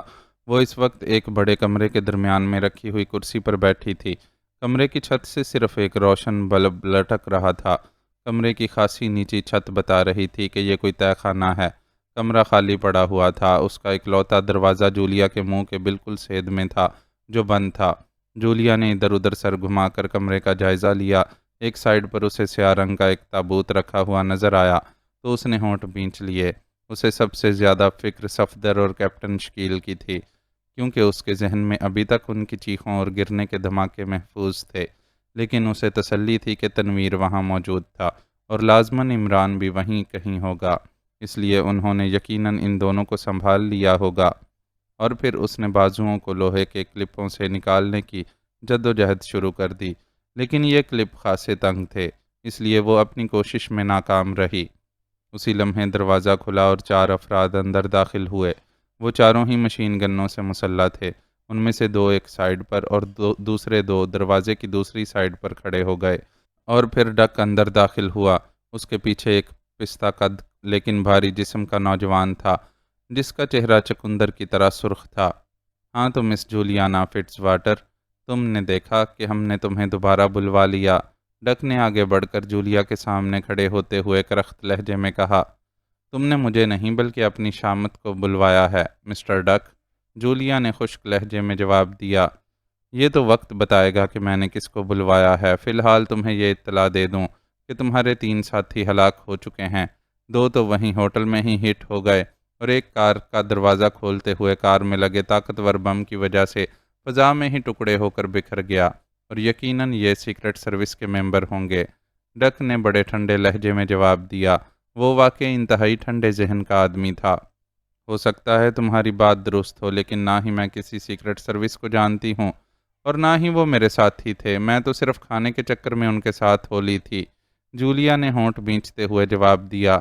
چلو ایسے ہی صحیح، لیکن بہرحال تم عمران کی ساتھی ہو، اس سے تو تم انکار نہ کرو گی، اور عمران کے متعلق مجھے اطلاع ملی ہے کہ وہ سیکرٹ سروس کے لیے کام کرتا ہے، لہٰذا یہ نتیجہ بالکل منطقی ہے کہ تمہارا تعلق بھی سیکرٹ سروس سے ہی ہے۔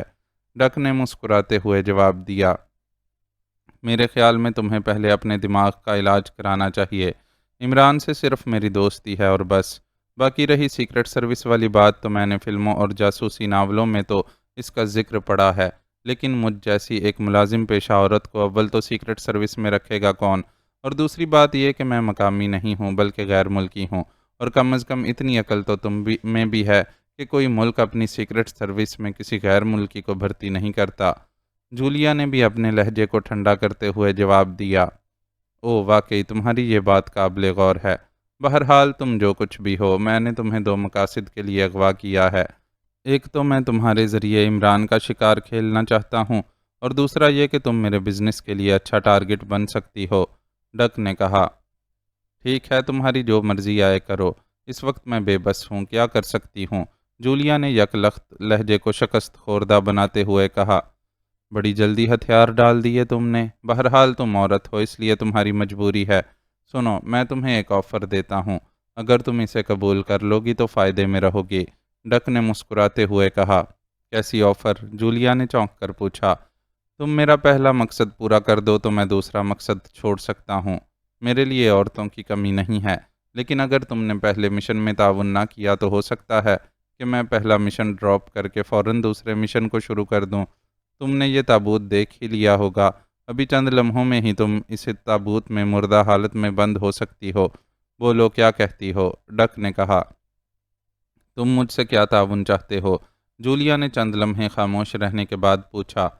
عمران کے خفیہ ٹھکانے کو تم بہرحال جانتی ہی ہوگی، اس سے بات کرو اور جہاں میں کہوں اسے پہنچنے کے لیے کہو۔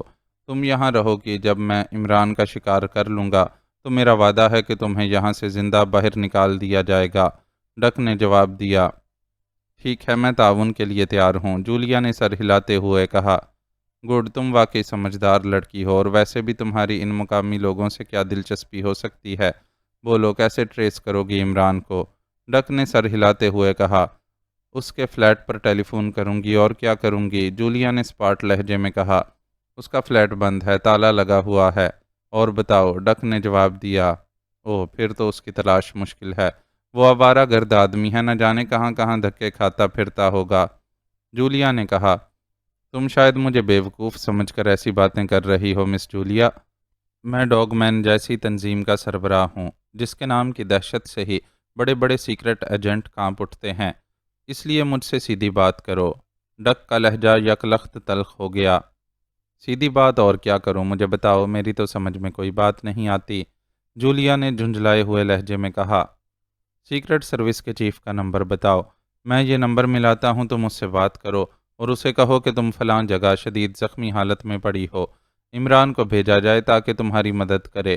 ڈک نے کہا، جب میں کہہ چکی ہوں کہ میرا کسی سیکرٹ سروس سے کوئی تعلق نہیں، تو پھر تم بار بار کیوں مجھے تنگ کر رہے ہو؟ جولیا نے کہا۔ اوہ اچھا، تم نہیں بتانا چاہتی تو نہ صحیح، ڈک نے کہا اور اس چقندر جیسے چہرے والے نوجوان کی طرف مڑا۔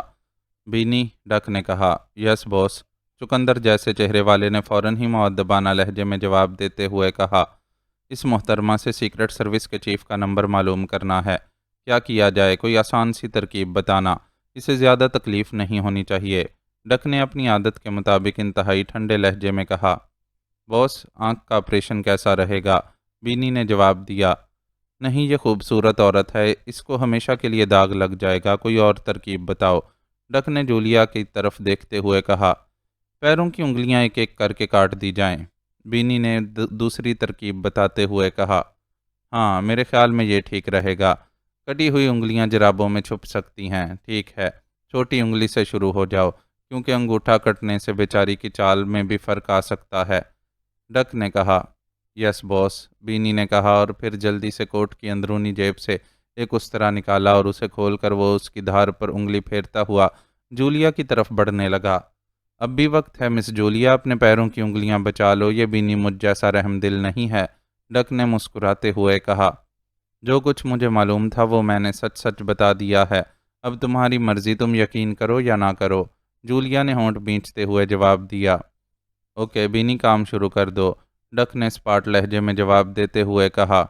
یس باس، ابھی لیجئے، ابھی یہ ٹیپ ریکارڈر کی طرح آن ہو جائے گی، بینی نے مسکراتے ہوئے کہا اور بڑے اطمینان سے جولیا کے سامنے زمین پر اکڑوں بیٹھ گیا۔ اس نے بڑی آہستگی اور اطمینان سے جولیا کے پیروں میں پہنا ہوا سینڈل اتارا اور پھر جراب اتارنے لگا۔ وہ اس طرح کام کر رہا تھا جیسے اسے کسی چیز کی فکر نہ ہو۔ جولیا ہونٹ بھینچے بیٹھی ہوئی تھی، البتہ اس کے چہرے پر پسینے کے قطرے ضرور ابھر آئے تھے۔ واہ، بڑے خوبصورت پیر ہیں باس، انتہائی خوبصورت پیر ہیں، بینی نے جراب اتارتے ہوئے چٹخارا لیتے ہوئے کہا اور پھر ایک طرف فرش پر رکھا ہوا استرا اٹھا کر اس کی دھار پر انگلی پھیرنے لگا۔ باس، ایک ہی انگلی کاٹنی ہے یا ایک ہی وار میں سارا صفایا کر دوں؟ انتہائی نرم گوشت ہے، ایک ہی وار میں کٹ جائے گا، بینی نے ٹھہرے ہوئے لہجے میں کہا۔ پہلے ایک پھر دوسری، باری باری، شاید ایک دو انگلیاں کٹوانے کے بعد اسے سمجھ آ جائے، ڈک نے مسکراتے ہوئے کہا۔ یس باس، بینی نے استرے والا ہاتھ اوپر کو اٹھاتے ہوئے کہا۔ ٹھہرو، رک جاؤ، میں بتاتی ہوں، یک لخت جولیا نے بری طرح چیختے ہوئے کہا۔ اس کا حوصلہ جواب دے گیا تھا، کیونکہ وہ لوگ جس اطمینان سے سارا کام کر رہے تھے اس سے ان کی سفاکی کا بخوبی اندازہ ہوتا تھا۔ رک جاؤ بینی، بیچاری داغدار ہونے سے بچ گئی ہے، ڈک نے مسکراتے ہوئے کہا اور بینی اٹھ کر کھڑا ہو گیا۔ ویسے اس کے چہرے پر ایسے تاثرات تھے جیسے اسے کسی بہت بڑے لطف سے جبراً محروم ہونا پڑ گیا ہو۔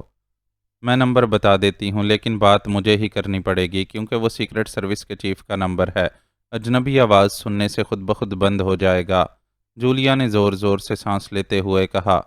بینی، ٹیلی فون اٹھا لاؤ اور جو نمبر یہ بتائے وہ ڈائل کر کے اس کا ریسیور اس کے کان سے لگا دو اور ساتھ ہی لاؤڈر بھی آن کر دینا تاکہ ہم بھی سنیں کہ سیکرٹ سروس کے ایک ممبر اور اس کے چیف کے درمیان کیا باتیں ہوتی ہیں، ڈک نے کہا اور بینی نے اس طرح بند کر کے واپس کوٹ کی اندرونی جیب میں رکھا اور تیزی سے دروازے کی طرف مڑ گیا۔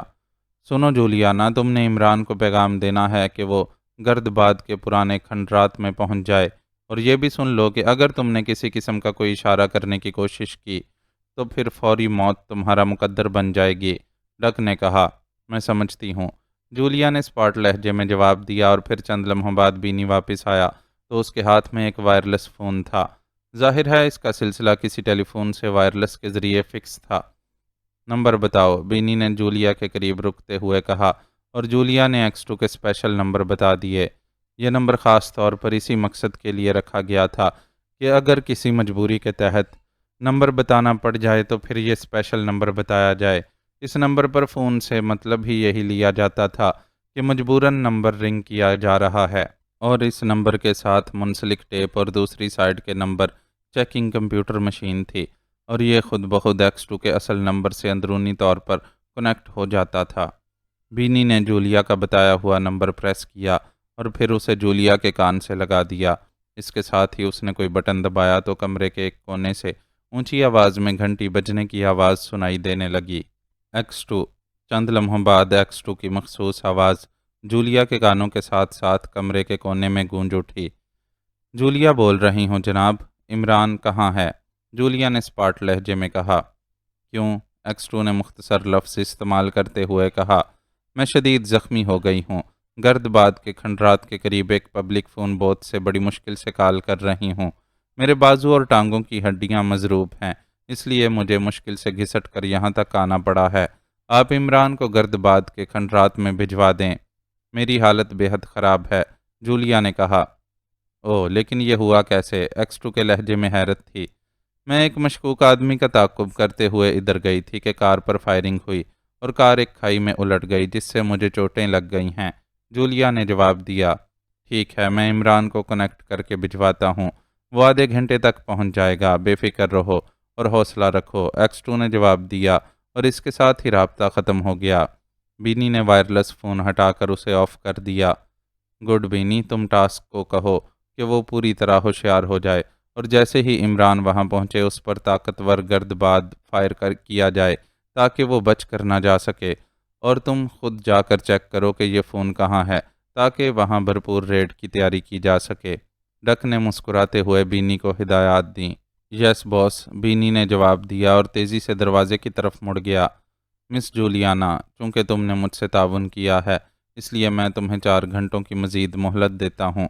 اگر 4 گھنٹوں کے اندر عمران کا خاتمہ ہو گیا تو تمہیں آزاد کر دیا جائے گا، ورنہ پھر میں دوسرے مشن پر عمل درآمد شروع کر دوں گا، ڈک نے کہا، اور پھر باقی ساتھیوں کو اشارہ کرتے ہوئے وہ بھی واپس دروازے کی طرف مڑ گیا۔ باقی مسلح افراد بھی اس کے پیچھے کمرے سے نکل گئے اور دروازہ باہر سے بند کر دیا گیا۔ دروازہ بند ہوتے ہی جولیا نے ایک طویل سانس لیا۔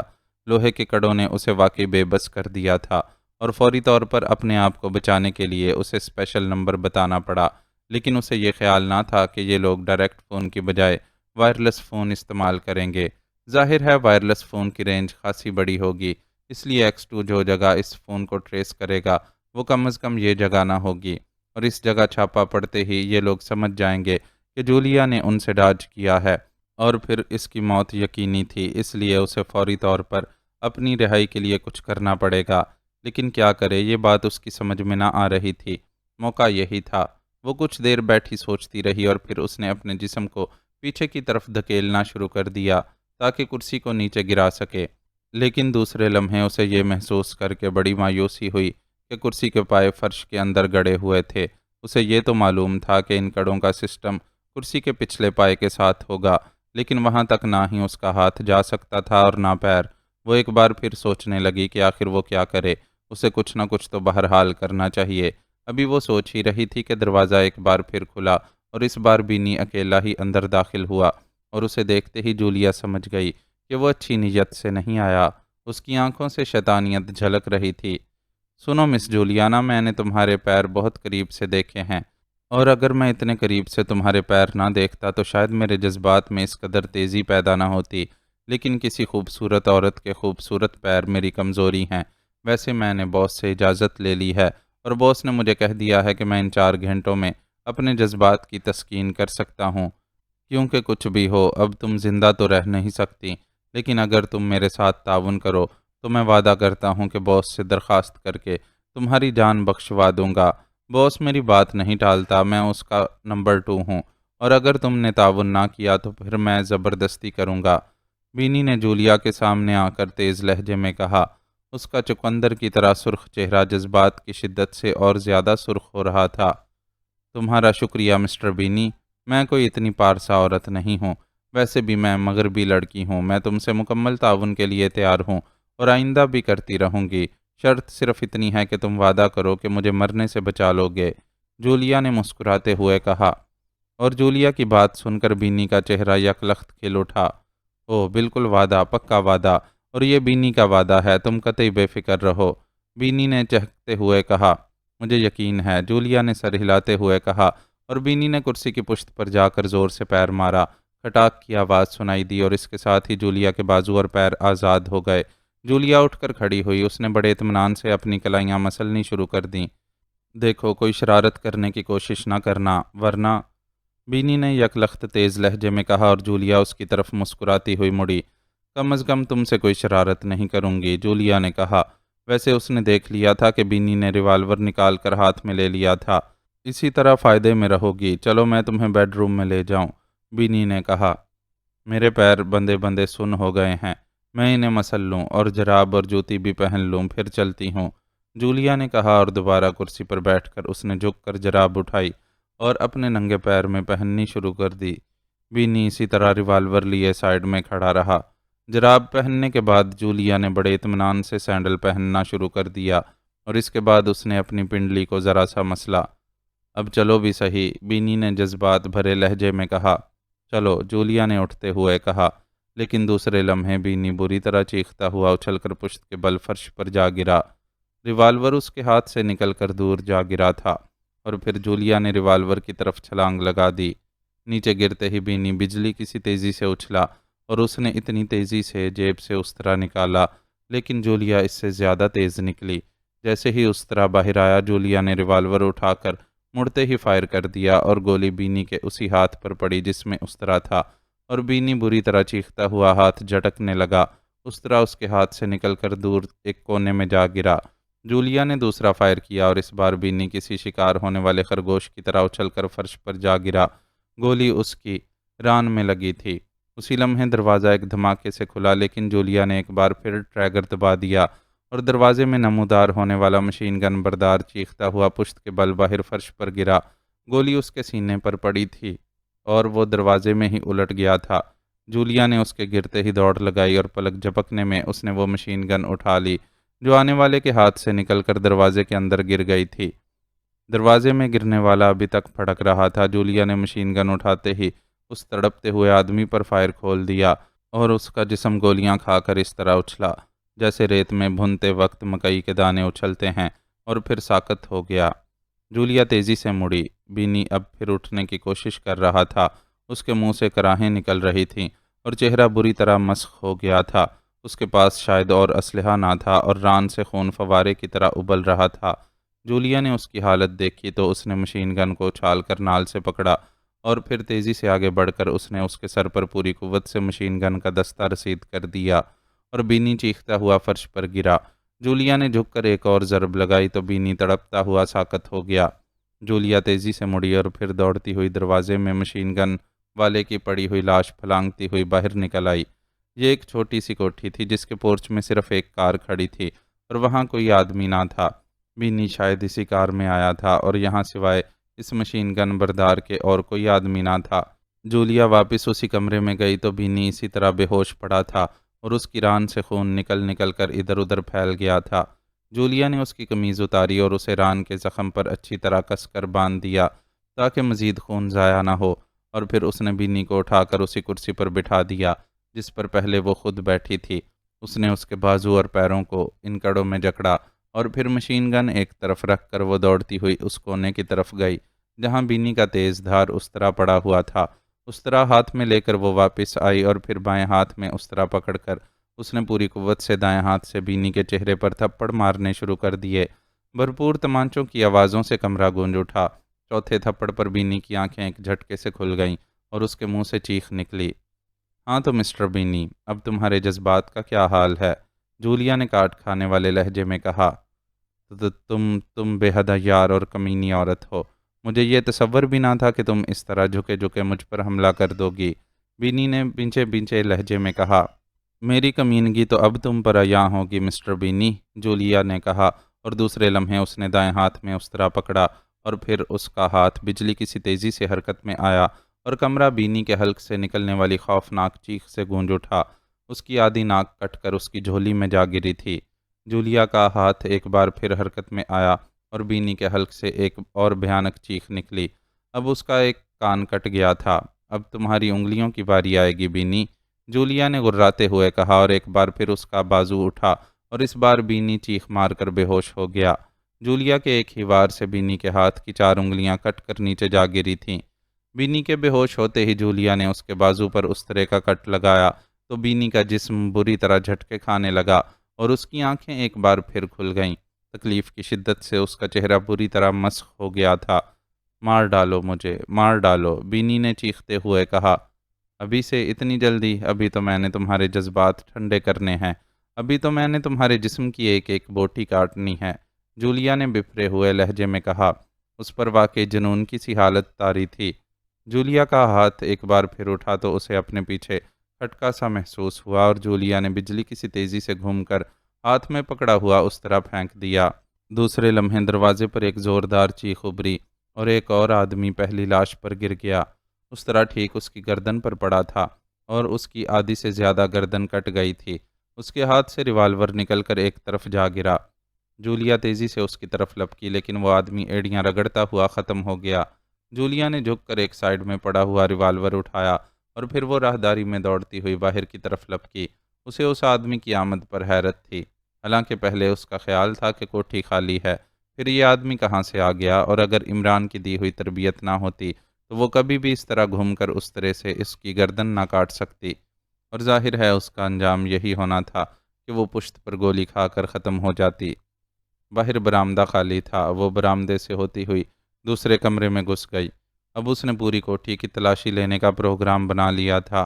مختلف کمروں میں گھومنے کے بعد وہ دوسری منزل کی سیڑھیوں کی طرف بڑھنے لگی ہی تھی کہ اسے خیال آیا کہ وہ عقب تو چیک کرے، چنانچہ وہ برآمدے سے اتر کر عقبی باغ کی طرف دوڑتی چلی گئی، لیکن عقبی باغ خالی پڑا ہوا تھا۔ وہ چند لمحے دیکھتی رہی، پھر واپس پلٹ آئی۔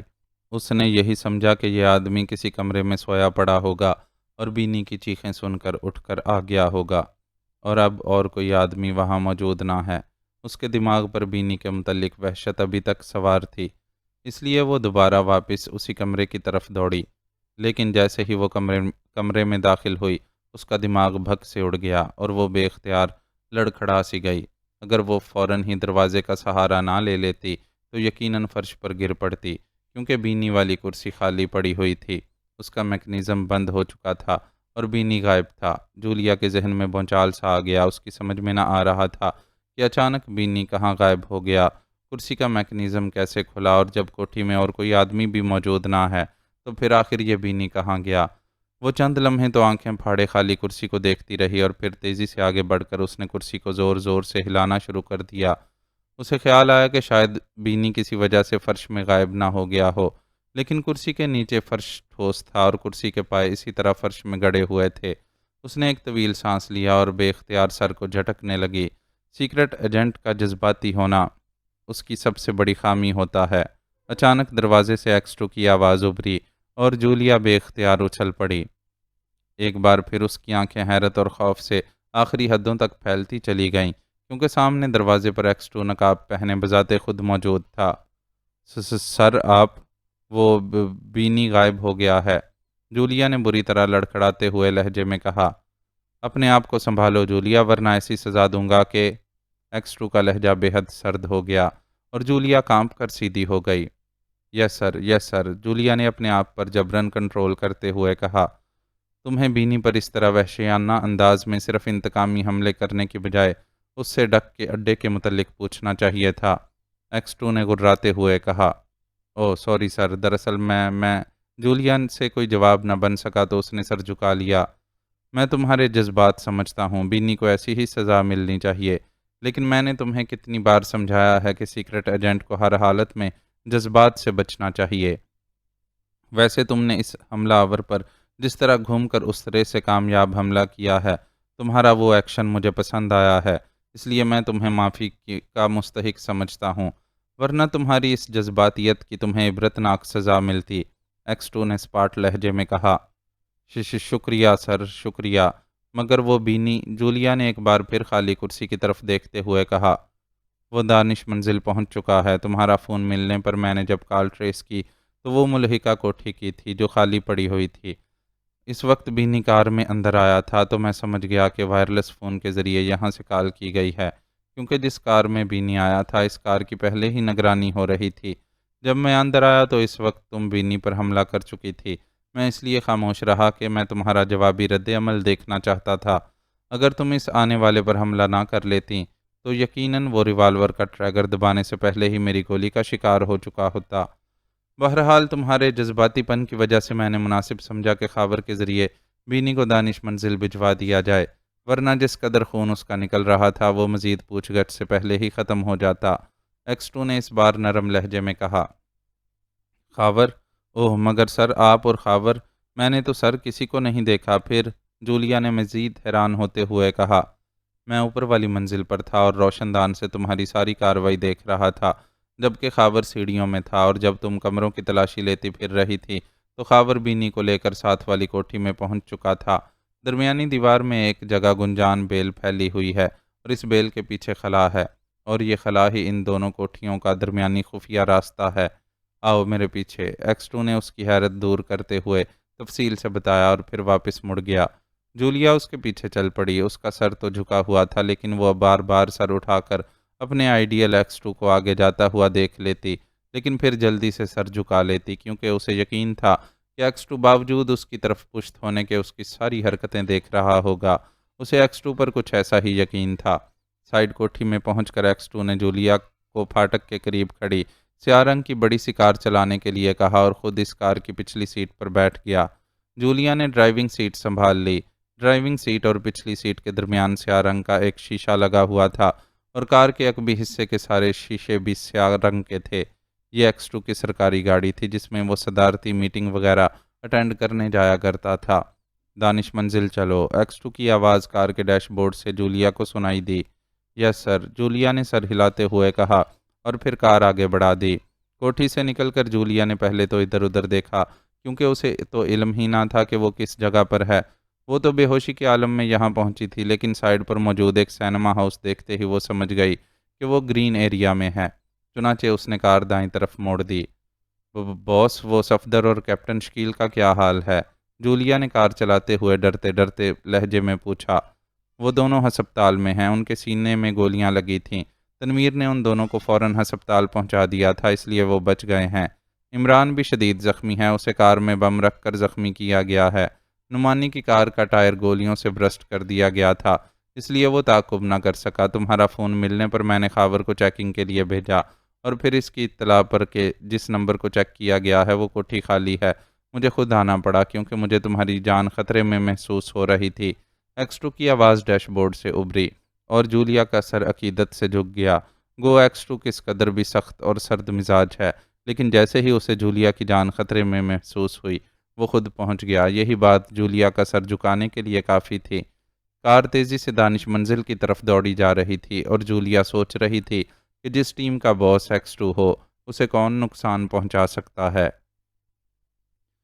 گرد باد کے کھنڈرات بہت وسیع علاقے میں پھیلے ہوئے تھے۔ یہ کھنڈرات شہر سے تقریباً 40 کلومیٹر دور ویران پہاڑیوں کے درمیان واقع تھے۔ یہ کھنڈرات اس قدر ویران اور خوفناک تھے کہ سیاح انہیں دیکھنے میں دلچسپی رکھنے کی بجائے اس طرف جانے سے ہی گھبراتے تھے، اور ان کھنڈرات کی ایک خاص بات یہ تھی کہ یہاں قدرتی طور پر ہوا کا دباؤ ایسا رہتا تھا کہ خوفناک گرد باد اٹھتے رہتے تھے، اور یہ گرد باد اس قدر تیز اور طاقتور ہوتے تھے کہ ان کی لپیٹ میں اگر انسان تو کجا کار بھی آ جاتی تو وہ اسے بھی اڑا کر کئی فٹ بلندی تک لے جاتے، اور پھر جب وہ نیچے گرتی تو ظاہر ہے اس کا انجر پنجر ڈھیلا ہو جاتا تھا۔ اس لیے ان کھنڈرات کو گرد باد کے کھنڈرات کہتے تھے، اور دارالحکومت کے عوام میں عام طور پر یہ مشہور تھا کہ یہ کھنڈرات جنوں کی کسی بستی کے ہیں اور یہاں جانے والا زندہ بچ کر نہیں آ سکتا۔ محکمہ آثار قدیمہ نے بھی یہاں بس اتنی ہی دلچسپی لی تھی کہ ایک بورڈ لگا دیا تھا جس پر واضح الفاظ میں لکھا تھا کہ گرد باد کی وجہ سے اگر کسی کو کوئی جانی یا مالی نقصان پہنچے گا تو اس کی ذمہ داری حکومت پر نہ ہوگی، البتہ وہاں پھنس جانے والوں کی امداد کے لیے ایک پبلک بوتھ ضرور بنا دیا گیا تھا۔ یہ پبلک فون بوتھ کھنڈرات سے کافی ہٹ کر ایک پہاڑی چٹان کی آڑ میں بنایا گیا تھا تاکہ گرد باد اسے نقصان نہ پہنچا سکے۔ کھنڈرات کے نیچے بڑے بڑے بے شمار ایسے تہہ خانے موجود تھے جہاں تک جانے کا راستہ ہی نہ ملتا تھا۔ اس وقت بھی ان کھنڈرات کے ایک حصے کے نیچے ایک خفیہ تہہ خانے کے اندر ایک عجیب و غریب ساخت کی مشین نصب تھی، اور تہہ خانے میں عجیب سی ناگوار بو پھیلی ہوئی تھی۔ تہہ خانے میں 5 افراد موجود تھے، ان سب نے باقاعدہ گیس ماسک پہنے ہوئے تھے۔ ان میں سے 4 تو مشین کے مختلف حصوں کے سامنے کھڑے اسے آپریٹ کرنے میں مصروف تھے، جبکہ ایک آدمی ایک سائیڈ پر موجود میز کے پیچھے رکھی کرسی پر بیٹھا ہوا تھا۔ میز پر ایک مستطیل شکل کی مشین تھی، جس کے اوپر والے حصے میں ایک قطار کی صورت میں تقریباً 6 چھوٹی چھوٹی سکرینیں نصب تھیں۔ ان میں سے 2 سکرینیں روشن تھیں، جن میں سے ایک میں 2 افراد گیس ماسک پہنے بڑے بڑے ڈرموں میں سے کوئی دانہ دار چیز فرش پر نصب ایک بڑی سی کیف میں ڈال رہے تھے، جبکہ 3 افراد ذرا سا ہٹ کر ایک اور بڑے سے شیشے کے جار میں کالے رنگ کا سیال مسلسل انڈیلتے چلے جا رہے تھے، جبکہ دوسری سکرین پر ایک اور کمرے کا منظر نظر آ رہا تھا، جس میں 4 افراد اسی طرح گیس ماسک پہنے ہوئے ایک بڑی مشین کے سامنے کھڑے تھے۔ اس مشین کا ایک سرا نیچے فرش پر نصب تھا اور اس کا دوسرا سرا چھت تک بلند تھا۔ اس مشین میں سے مسلسل کیپسول نکل کر ایک چھوٹی سی ڈبیا میں خود بخود پیک ہو رہے تھے، اور اس ڈبیا کے اوپر لیبل لگتا اور پھر یہ ڈبیا مزید پیک ہو کر اور ڈبیوں کے ساتھ مل کر ایک گتے کے ڈبے میں بند ہوتی اور باہر آ جاتی۔ اس طرح مال مسلسل پیک ہو رہا تھا۔ اس ڈبیا پر کسی دوا کا لیبل لگا ہوا تھا اور کمپنی کا نام وغیرہ بھی لکھا ہوا تھا۔ کرسی پر بیٹھا ہوا آدمی مسلسل ان سکرینوں پر نظر رکھے ہوئے تھا کہ اچانک مشین کے ایک کونے سے ٹوں ٹوں کی آوازیں ابھریں اور اس آدمی نے چونک کر مشین کا ایک بٹن دبایا، اور اس کے ساتھ ہی اس نے ماسک کی سائیڈ پر موجود ایک چھوٹے سے بٹن کو بھی پریس کر دیا۔ یس ٹاسک اٹینڈنگ اوور، وہ آدمی ماسک کے اندر سے بولا، لیکن اس کی آواز مشین کے ایک خانے سے برآمد ہوئی۔ کینی کالنگ یو اوور، دوسری طرف سے آواز نکلی۔ یس سیکنڈ باس اوور، ٹاسک نے جواب دیا۔ اس بار اس کا لہجہ مؤدبانہ تھا۔ کام کیسا جا رہا ہے اوور، کینی نے پوچھا۔ Very okay sir, special supply مکمل ہونے کے قریب ہے سر اوور، ٹاسک نے جواب دیا۔ اوکے، اب ایک خصوصی ہدایت سن لو، چیف باس نے ایک انتہائی خطرناک آدمی علی عمران کو ٹریپ کرنے کے لیے گردباد کے کھنڈرات کی طرف بلایا ہے۔ وہ اپنی ایک ساتھی عورت کو جو شدید زخمی ظاہر کی گئی ہے لینے کے لیے آ رہا ہے۔ یقیناً وہ کسی کار میں ہوگا۔ مقامی آدمی ہے وہ، لیکن انتہائی عیار، خطرناک اور بے حد ذہین آدمی ہے۔ وہ یہاں کی سیکرٹ سروس کے لیے کام کرتا ہے۔ جیسے ہی وہ شخص کھنڈرات کے قریب پہنچے، تم نے انتہائی طاقتور گردباد فائر کر کے اس کا مکمل خاتمہ کر دینا ہے۔ ہر صورت میں اس کا خاتمہ ہونا چاہیے اور کسی بھی قیمت پر وہ بچ کر نہ جائے، سمجھ گئے اوور، کینی نے تیز لہجے میں کہا۔ یس باس، حکم کی تعمیل ہوگی۔ میں عمران کو اچھی طرح جانتا ہوں، اسے ہوٹل سے اغوا کرنے والوں کا انچارج میں ہی تھا اوور، ٹاسک نے جواب دیا۔ اوکے، کام انتہائی احتیاط اور ہوشیاری سے ہونا چاہیے، ذرا سی کوتاہی برداشت نہیں کی جائے گی، اور جب عمران کا خاتمہ ہو جائے تو تم نے خصوصی فریکوینسی پر چیف باس کو اطلاع دینی ہے۔ چیف باس چیکنگ کے لیے خود آئے گا اوور، کینی نے کہا۔ ٹھیک ہے باس، آپ بے فکر رہیں، میں فائرنگ سیکشن کو پوری طرح الرٹ کر دیتا ہوں اور انہیں عمران کا حلیہ اور قد و قامت بھی بتا دوں گا۔ وہ اسے کسی صورت بھی نہ جانے دیں گے اوور، ٹاسک نے جواب دیا۔ ہاں، ہر صورت میں اس کا خاتمہ ہونا چاہیے۔ تم ایسا کرو کہ فائرنگ سیکشن والوں کو احکامات دے دو کہ وہ تمام گردباد پوائنٹ آن کر دیں تاکہ اس شخص کی واپسی کسی صورت بھی ممکن نہ ہو سکے اوور، کینی نے کہا۔ یس باس، میں ابھی احکامات دے دیتا ہوں اوور، ٹاسک نے جواب دیا۔ Okay over and all, Kenny کی آواز سنائی دی اور ماسک پہنے ہوئے ٹاسک نے ہاتھ بڑھا کر ایک بٹن آف کر دیا اور ساتھ ہی ایک اور بٹن آن کر دیا۔ اس بٹن کے آن ہوتے ہی مشین کے ایک کونے میں موجود ایک سکرین روشن ہو گئی۔ سکرین پر ایک نوجوان کی تصویر ابھری۔ یس باس، شارٹی اٹینڈنگ یو، نوجوان کے لب ہلے اور مشین سے آواز نکلی۔ شارٹی، ابھی نمبر 2 باس کی اسپیشل کال آئی ہے۔ ایک انتہائی خطرناک آدمی کھنڈرات کی طرف آ رہا ہے۔ اس آدمی پر انتہائی طاقتور گردباد فائر کرنا ہے۔ تمام پوائنٹس آن کر دو اور پوری طرح الرٹ ہو جاؤ۔ اس آدمی کو کسی صورت بھی زندہ نہیں جانا چاہیے، کسی بھی صورت میں، ٹاسک نے کہا، اور ساتھ ہی اس نے عمران کا حلیہ اور قد و قامت بھی تفصیل سے شارٹی کو بتا دیا۔ کیا وہ اکیلا ہوگا باس، شارٹی نے پوچھا۔ ہاں، اطلاع تو یہی ہے، لیکن ہو سکتا ہے کہ ان کی تعداد زیادہ ہو۔ بہرحال وہ اکیلا ہو یا پورا گینگ، ان کی موت لازمی ہے۔ چیف باس خود آ کر چیک کرے گا، کسی قسم کی کوتاہی ناقابل معافی ہوگی، ٹاسک نے کہا۔ ٹھیک ہے باس، وہ بچ کر نہ جا سکیں گے، شارٹی نے کہا۔ ٹارگٹ کے سامنے آتے ہی وی سکرین آن کر دینا تاکہ میں خود اس مشن کی نگرانی کر سکوں، ٹاسک نے کہا۔ یس باس، شارٹی نے کہا، اور ٹاسک نے بٹن آف کر دیا اور ایک بار پھر اس کی نظریں پہلے والی سکرینوں پر جم گئیں۔ تنویر کار چلاتا ہوا ہسپتال سے نکل کر واپس اپنے فلیٹ کی طرف جا رہا تھا کہ ڈیش بورڈ سے ٹوں ٹوں کی آوازیں نکلنے لگیں۔ تنویر نے چونک کر ہاتھ بڑھایا اور ٹرانسمیٹر کا بٹن آن کر دیا۔ X2۔ ڈیش بورڈ سے X2 کی مخصوص آواز ابھری۔ یس سر، تنویر بول رہا ہوں، اوور۔ تنویر نے مؤدبانہ لہجے میں جواب دیتے ہوئے کہا۔ تم اس وقت کہاں ہو، اوور؟ X2 نے پوچھا۔ باس، میں ہسپتال سے اپنے فلیٹ کی طرف جا رہا ہوں، کیونکہ اب صفدر اور کیپٹن شکیل دونوں کی حالت سنبھل گئی ہے۔ عمران بھی ہوش میں آ گیا ہے، اوور۔ تنویر نے باقاعدہ رپورٹ دیتے ہوئے کہا۔ مجھے معلوم ہے، مختصر جواب دیا کرو، میرے پاس اتنا وقت نہیں ہوتا کہ رپورٹیں سنتا رہوں۔ X2 کا لہجہ یکلخت سرد ہو گیا۔ یس باس، سوری سر، اوور۔ تنویر نے سہمے ہوئے لہجے میں جواب دیا۔ سنو، مجرموں نے عمران کو ٹریپ کرنے کے لیے گردباد کے کھنڈرات کی طرف جولیا کے ذریعے مجھے کال کر کے بلوایا ہے۔ تم ایسا کرو کہ صدیقی کو پک کرو اور اسے ساتھ لے کر گردباد کے کھنڈرات کی طرف جاؤ۔ صدیقی کو کہنا کہ وہ عمران کا میک اپ کرے، کیونکہ اس کا قد و قامت عمران جیسا ہے۔ اسلحہ اپنے پاس رکھنا۔ میرا خیال ہے کہ وہاں مجرموں کا باس موجود ہوگا اور ان کا مشن عمران کا خاتمہ ہے، لیکن تم لوگوں کے بھیجنے کا مطلب یہ ہے کہ تم وہاں پر موجود افراد کا خاتمہ کرنے کے ساتھ ساتھ ان کے انچارج کو اغوا کر کے دانش منزل پہنچاؤ۔ میں خاور کو جولیا کی طرف بھیج رہا ہوں، اسے میں نے ٹریس کر لیا ہے۔ X2 نے اسے ہدایات دیتے ہوئے کہا۔ یس سر، اوور۔ تنویر نے کہا۔ سارا کام انتہائی احتیاط سے کرنا، وہ لوگ وہاں پوری طرح ہوشیار ہوں گے۔ اس مشن کے انچارج تم ہوگے، صدیقی تمہاری ہدایات پر کام کرے گا۔ مجھے مشن کی کامیابی چاہیے اور بس، اوور اینڈ آل۔ X2 نے تیز لہجے میں کہا اور اس کے ساتھ ہی رابطہ ختم ہو گیا۔ تنویر نے ایک طویل سانس لیا اور پھر جلدی سے ہاتھ بڑھا کر اس نے ڈیش بورڈ کے نیچے فٹ ٹرانسمیٹر کی فریکوینسی بدلنا شروع کر دی۔ وہ صدیقی کی فریکوینسی سیٹ کر رہا تھا۔ چند لمحوں بعد اس نے بٹن دبایا اور ٹرانسمیٹر سے دوبارہ ٹوں ٹوں کی آوازیں نکلنے لگیں۔ Siddiqui attending, over. صدیقی کی آواز ابھری۔ صدیقی، میں تنویر بول رہا ہوں، تم اس وقت کہاں ہو، اوور؟ تنویر نے پوچھا۔ میں اپنے فلیٹ پر ہوں، کیوں، اوور؟ صدیقی نے جواب دیتے ہوئے سوال کیا۔ X2 نے ہم دونوں کے ذمے ایک خصوصی مشن لگایا ہے، میں اس مشن کا انچارج ہوں۔ مجرموں نے عمران کو ٹریپ کرنے کے لیے اسے گردباد کے کھنڈرات کی طرف بلایا ہے۔ X2 نے کہا کہ تم عمران کا میک اپ کر لو اور ہم دونوں ان مجرموں کو ٹریپ کرنے کھنڈرات کی طرف جائیں گے۔ میں نے اس لیے کال کیا ہے کہ میرے پہنچنے تک تم عمران کا میک اپ مکمل کر لو، باقی تفصیلات وہیں آ کر بتاؤں گا، اوور۔ تنویر نے تیز لہجے میں کہا اور دوسری طرف سے اوکے کی آواز سن کر اس نے ٹرانسمیٹر آف کیا اور کار کی رفتار یکلخت بڑھا دی۔ جہاں اس وقت تنویر موجود تھا وہاں سے صدیقی کا فلیٹ کافی فاصلے پر تھا، اس لیے تنویر کو فلیٹ تک پہنچتے پہنچتے 15 منٹ لگ گئے۔ صدیقی عمران کے میک اپ میں سیڑھیوں پر کھڑا تنویر کا انتظار کر رہا تھا۔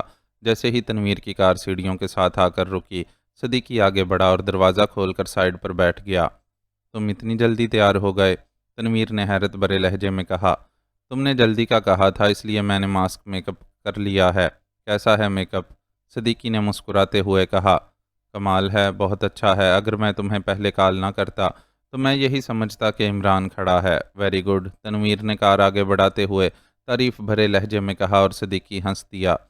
میں کافی عرصے سے ماسک میک اپ کی مسلسل پریکٹس کر رہا ہوں اور عمران اور X2 چونکہ مجھ سے کام بے حد کم لیتے ہیں، اس لیے فارغ ہونے کی وجہ سے میں اس پریکٹس میں مصروف رہتا ہوں، صدیقی نے کہا۔ اچھا، تو پھر تم نے مین کام کرنا ہے، تنویر نے ہنستے ہوئے کہا۔ لیکن یہ چکر کیا ہے، مجھے کچھ تفصیل تو بتاؤ۔ عمران کی جگہ مجھے وہاں بھیجنا، بات میری سمجھ میں نہیں آئی، صدیقی نے سنجیدہ ہو کر کہا۔ مجھے زیادہ تفصیلات کا تو علم نہیں ہے، صرف اتنا معلوم ہے کہ کوئی بین الاقوامی تنظیم ڈاگ مین نامی ہمارے ملک میں کام کر رہی ہے، اس کا سربراہ کوئی ڈک نامی مجرم ہے۔ عمران اور سپر فیاض کا اس سے ٹکراؤ ہو گیا اور ساتھ ہی انہوں نے جولیا کو اغوا کر لیا۔ جولیا نے مجھے بتایا تھا کہ یہ تنظیم غیر ملکی عورتوں کو اغوا کر کے انہیں ہلاک کرتی ہے اور پھر ان کے پیٹ کو صاف کر کے اس میں کوئی خاص منشیات بھر کر اسے سی دیا جاتا ہے۔ اس کے بعد وہ لاش باقاعدہ کفن وغیرہ دے کر تابوت میں رکھ کر دوسرے ملک یہ ظاہر کر کے بھیجی جاتی ہے کہ مردہ عورت کی لاش اس کے عزیزوں کو بھیجی جا رہی ہے۔ ظاہر ہے اس کی زیادہ چیکنگ نہیں ہوتی۔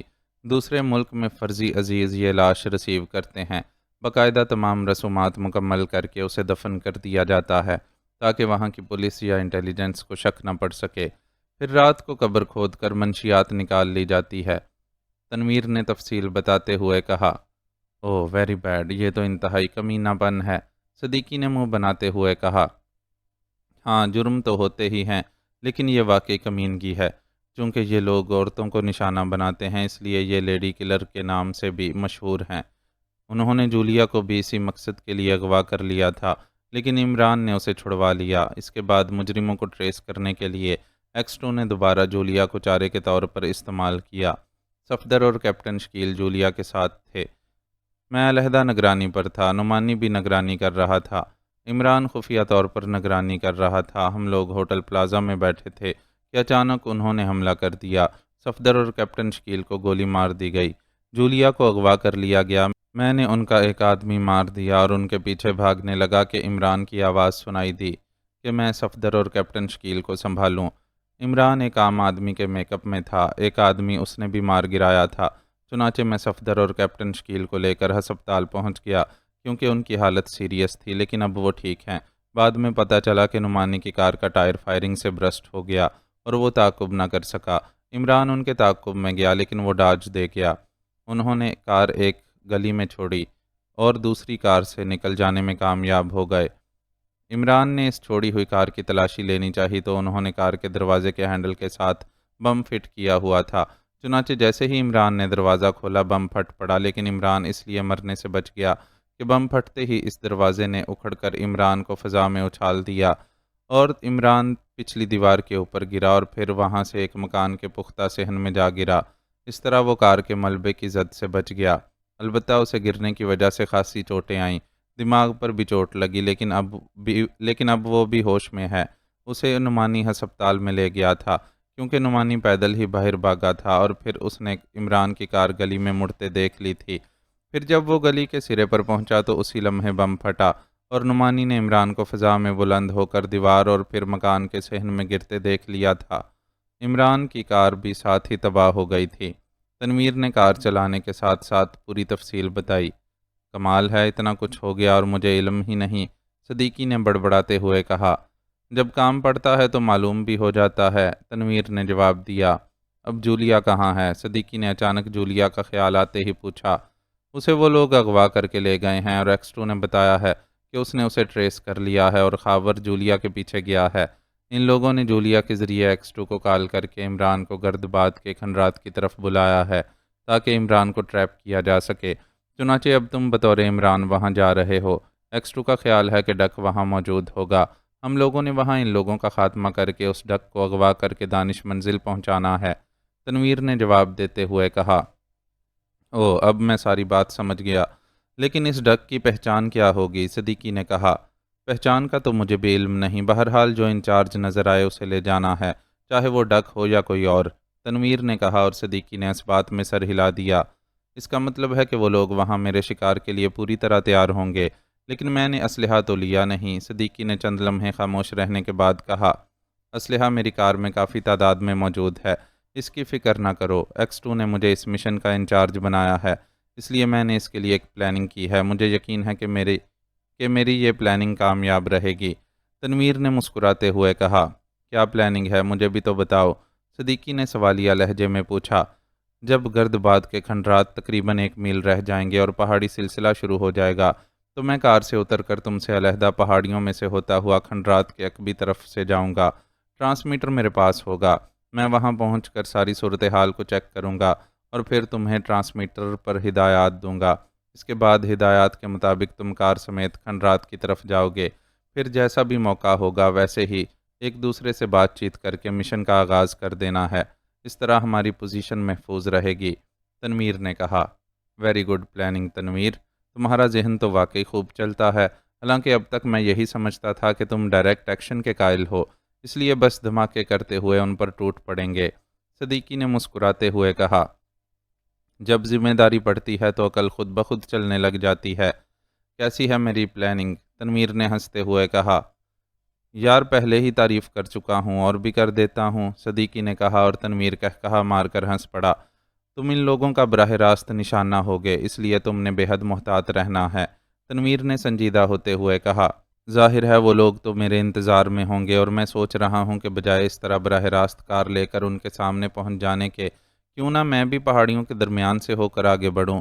صدیقی نے کہا، ایسا بھی ہو سکتا ہے، لیکن پہلے مجھے حالات دیکھنے دینا۔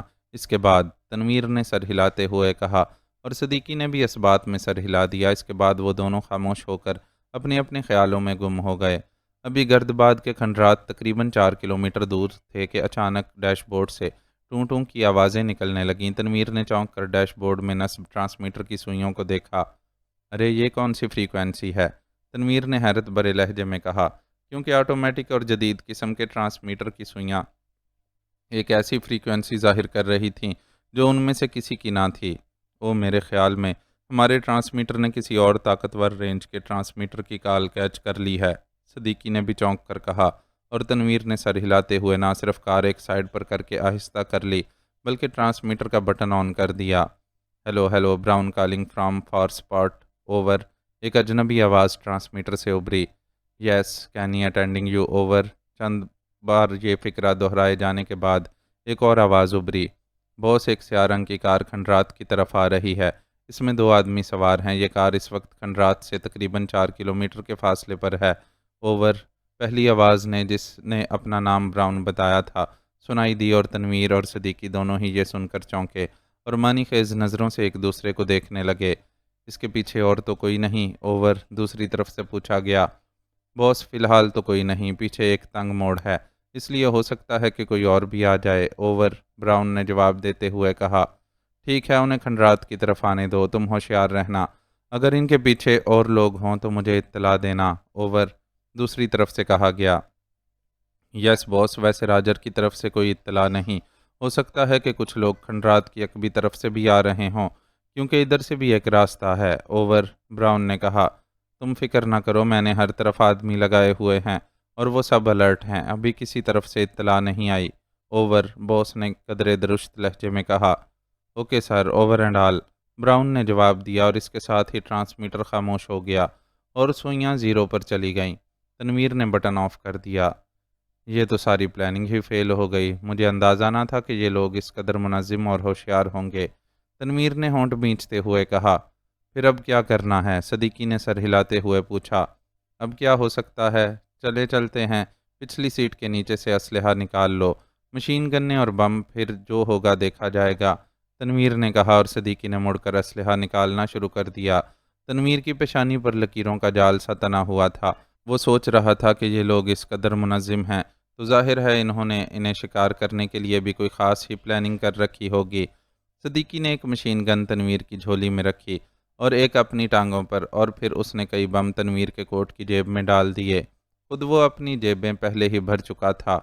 سنو صدیقی، اگر ہم براہ راست پہنچ گئے تو ہو سکتا ہے کہ وہ کار پر بم مار کر ہمیں ہلاک کر دیں، اس لیے ایسا ہے کہ کھنڈرات کے بالکل قریب پہنچ کر پہلے تم نیچے کود جانا اور کسی چٹان کی اوٹ لے لینا، اس کے بعد میں اتروں گا اور کار کے سٹیئرنگ اور ایکسیلیٹر کو کلپ کر دوں گا تاکہ کار سیدھی کھنڈرات کی طرف خود بخود چلی جائے، اس کے بعد دیکھیں گے کہ وہ لوگ کیا کرتے ہیں، پھر جیسے بھی مناسب سمجھنا کر لینا، مقصد تو بہرحال ان کا خاتمہ ہی ہے، تنویر نے کہا۔ ٹھیک ہے، کھنڈرات کافی اونچائی پر ہیں، اس لیے کار کھنڈرات کے قریب پہنچ کر خود بخود رک جائے گی کیونکہ ایکسیلیٹر ایک پوائنٹ پر فکس ہوگا، صدیقی نے کہا، اور تنویر نے سر ہلا دیا۔ ایسا کرو کہ ہم اکٹھے ہی کود جائیں، اس طرح ہم دونوں سائیڈوں سے ہوشیار رہیں گے، اور کار کے شیشے بلائنڈ کر دو تاکہ کسی کو آخر وقت تک پتہ نہ چل سکے کہ کار خالی ہے، وہ لوگ یقیناً سامنے آئیں گے، صدیقی نے کہا۔ ٹھیک ہے، ہوشیار ہو جاؤ، تم پچھلی سیٹ پر چلے جاؤ، میں اسے کلپ کر کے تمہاری سیٹ پر کود جاؤں گا اور پھر ہم اکٹھے ہی باہر کو کودیں گے، اب سڑک سیدھی کھنڈرات کی طرف ہی جائے گی، تنویر نے کہا، اور صدیقی اچھل کر پچھلی سیٹ پر چلا گیا۔ تنویر نے پہلے بٹن دبا کر کار کے شیشے بلائنڈ کیے، اس طرح باہر سے اندر کچھ نظر نہ آتا تھا جبکہ اندر سے باہر صاف دیکھا جا سکتا تھا۔ اس کے بعد اس نے جلدی سے ڈیش بورڈ کھول کر اس میں رکھا ہوا مخصوص کلپ نکالا اور جھک کر پہلے اس نے ایکسیلیٹر کے ساتھ اس کا سرا کلپ کیا اور پھر دوسرے سرے پر بنا ہوا ایک ہک اس نے سٹیئرنگ میں پھنسایا اور اس کے ساتھ ہی اچھل کر وہ سائیڈ کی سیٹ پر آ گیا۔ کار اسی رفتار میں خود بخود آگے بڑھتی گئی۔ چلو کود جاؤ، تنویر نے کہا، اور ان دونوں نے بیک وقت دروازے کھولے اور اچھل کر باہر کود گئے۔ دروازے کھٹاک کی آوازوں کے ساتھ ہی خود بخود بند ہو گئے اور کار تیزی سے آگے بڑھتی چلی گئی۔ ان دونوں کے پیر جیسے ہی زمین سے لگے، وہ بندر جیسی پھرتی کے ساتھ قریبی چٹان کی اوٹ میں دوڑتے چلے گئے۔ وہاں وہ صرف ایک لمحے کے لیے رکے اور پھر تیزی سے چٹانوں کی اوٹ لے کر اس پہاڑی کے اوپر چڑھتے گئے۔ محتاط رہنا، کہیں ہمیں چک نہ کیا جا رہا ہو، تنویر نے کہا اور صدیقی نے سر ہلا دیا۔ چند لمحوں بعد وہ ایسی جگہ پہنچ گئے جہاں سے وہ تو کھنڈرات کی طرف دیکھ سکتے تھے، لیکن انہیں ارد گرد یا اوپر سے چک نہ کیا جا سکتا تھا۔ مشین گنیں ہاتھ میں پکڑے وہ اب کھنڈرات کی طرف دوڑتی ہوئی کار دیکھ رہے تھے۔ اب کھنڈرات کی چڑھائی شروع ہو گئی تھی، اس لیے کار کی رفتار قدرے ہلکی پڑ گئی۔ اسی لمحے انہیں اچانک فضا میں سائیں سائیں کی آوازیں سنائی دیں اور وہ دونوں چونک پڑے اور پھر ان کی آنکھیں یک لخت حیرت سے پھیل گئیں، کیونکہ جس جگہ کار تھی اس سے ذرا آگے اچانک ایک خوفناک گرد باد فضا میں پیدا ہوا اور تیزی سے کار کی طرف بڑھا۔ پلک جھپکنے میں وہ کار کے گرد چھا گیا اور پھر کار اس انتہائی تیز رفتاری سے چکر کھاتے ہوئے گرد باد میں پھنس کر اس طرح چکراتی ہوئی فضا میں بلند ہوتی گئی جیسے لٹو گھوم رہا ہو۔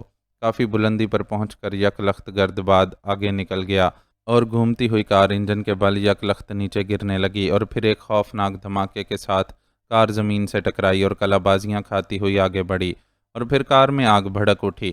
دوسرے لمحے ایک خوفناک دھماکہ ہوا اور کار کے پرزے فضا میں بکھر گئے اور پھر پے در پے دھماکوں کا جیسے تانتا سا بند گیا۔ کار کا ڈھانچہ تک بکھر کر میزائلوں کی طرح اڑ اڑ کر ادھر ادھر گرنے لگا۔ یہ دھماکے ان بموں کے تھے جو کار میں موجود تھے اور آگ لگ جانے کی وجہ سے پھٹ رہے تھے۔ تنویر اور صدیقی دونوں خوف اور دہشت سے آنکھیں پھاڑے اپنی کار کا حشر دیکھ رہے تھے۔ ان کے ذہنوں میں زلزلہ سا آیا ہوا تھا کہ اگر وہ اس طرح نیچے نہ اترتے تو ان کا کیا حشر ہوتا۔ اسی لمحے اچانک انہیں عقب میں آہٹ سی محسوس ہوئی اور یک لخت وہ چونک پڑے، مگر دوسرے لمحے ان کے حلق سے طویل سانس نکل گئے، کیونکہ ان دونوں کی طرف 3 مشین گنیں اٹھی ہوئی تھیں اور 3 مسلح افراد ان کے سامنے قطار کی صورت میں کھڑے تھے۔ تو تم کار سے نکل آئے تھے، لیکن اب، ان میں سے ایک نے دانت پیستے ہوئے کہا اور اس کے ساتھ ہی اس نے اشارہ کیا اور پھر فائرنگ کے دھماکوں سے پہاڑیاں گونج اٹھی۔ معزز ناظرین و سامعین، لائک، کمنٹس اور شیئر ضرور کریں، شکریہ۔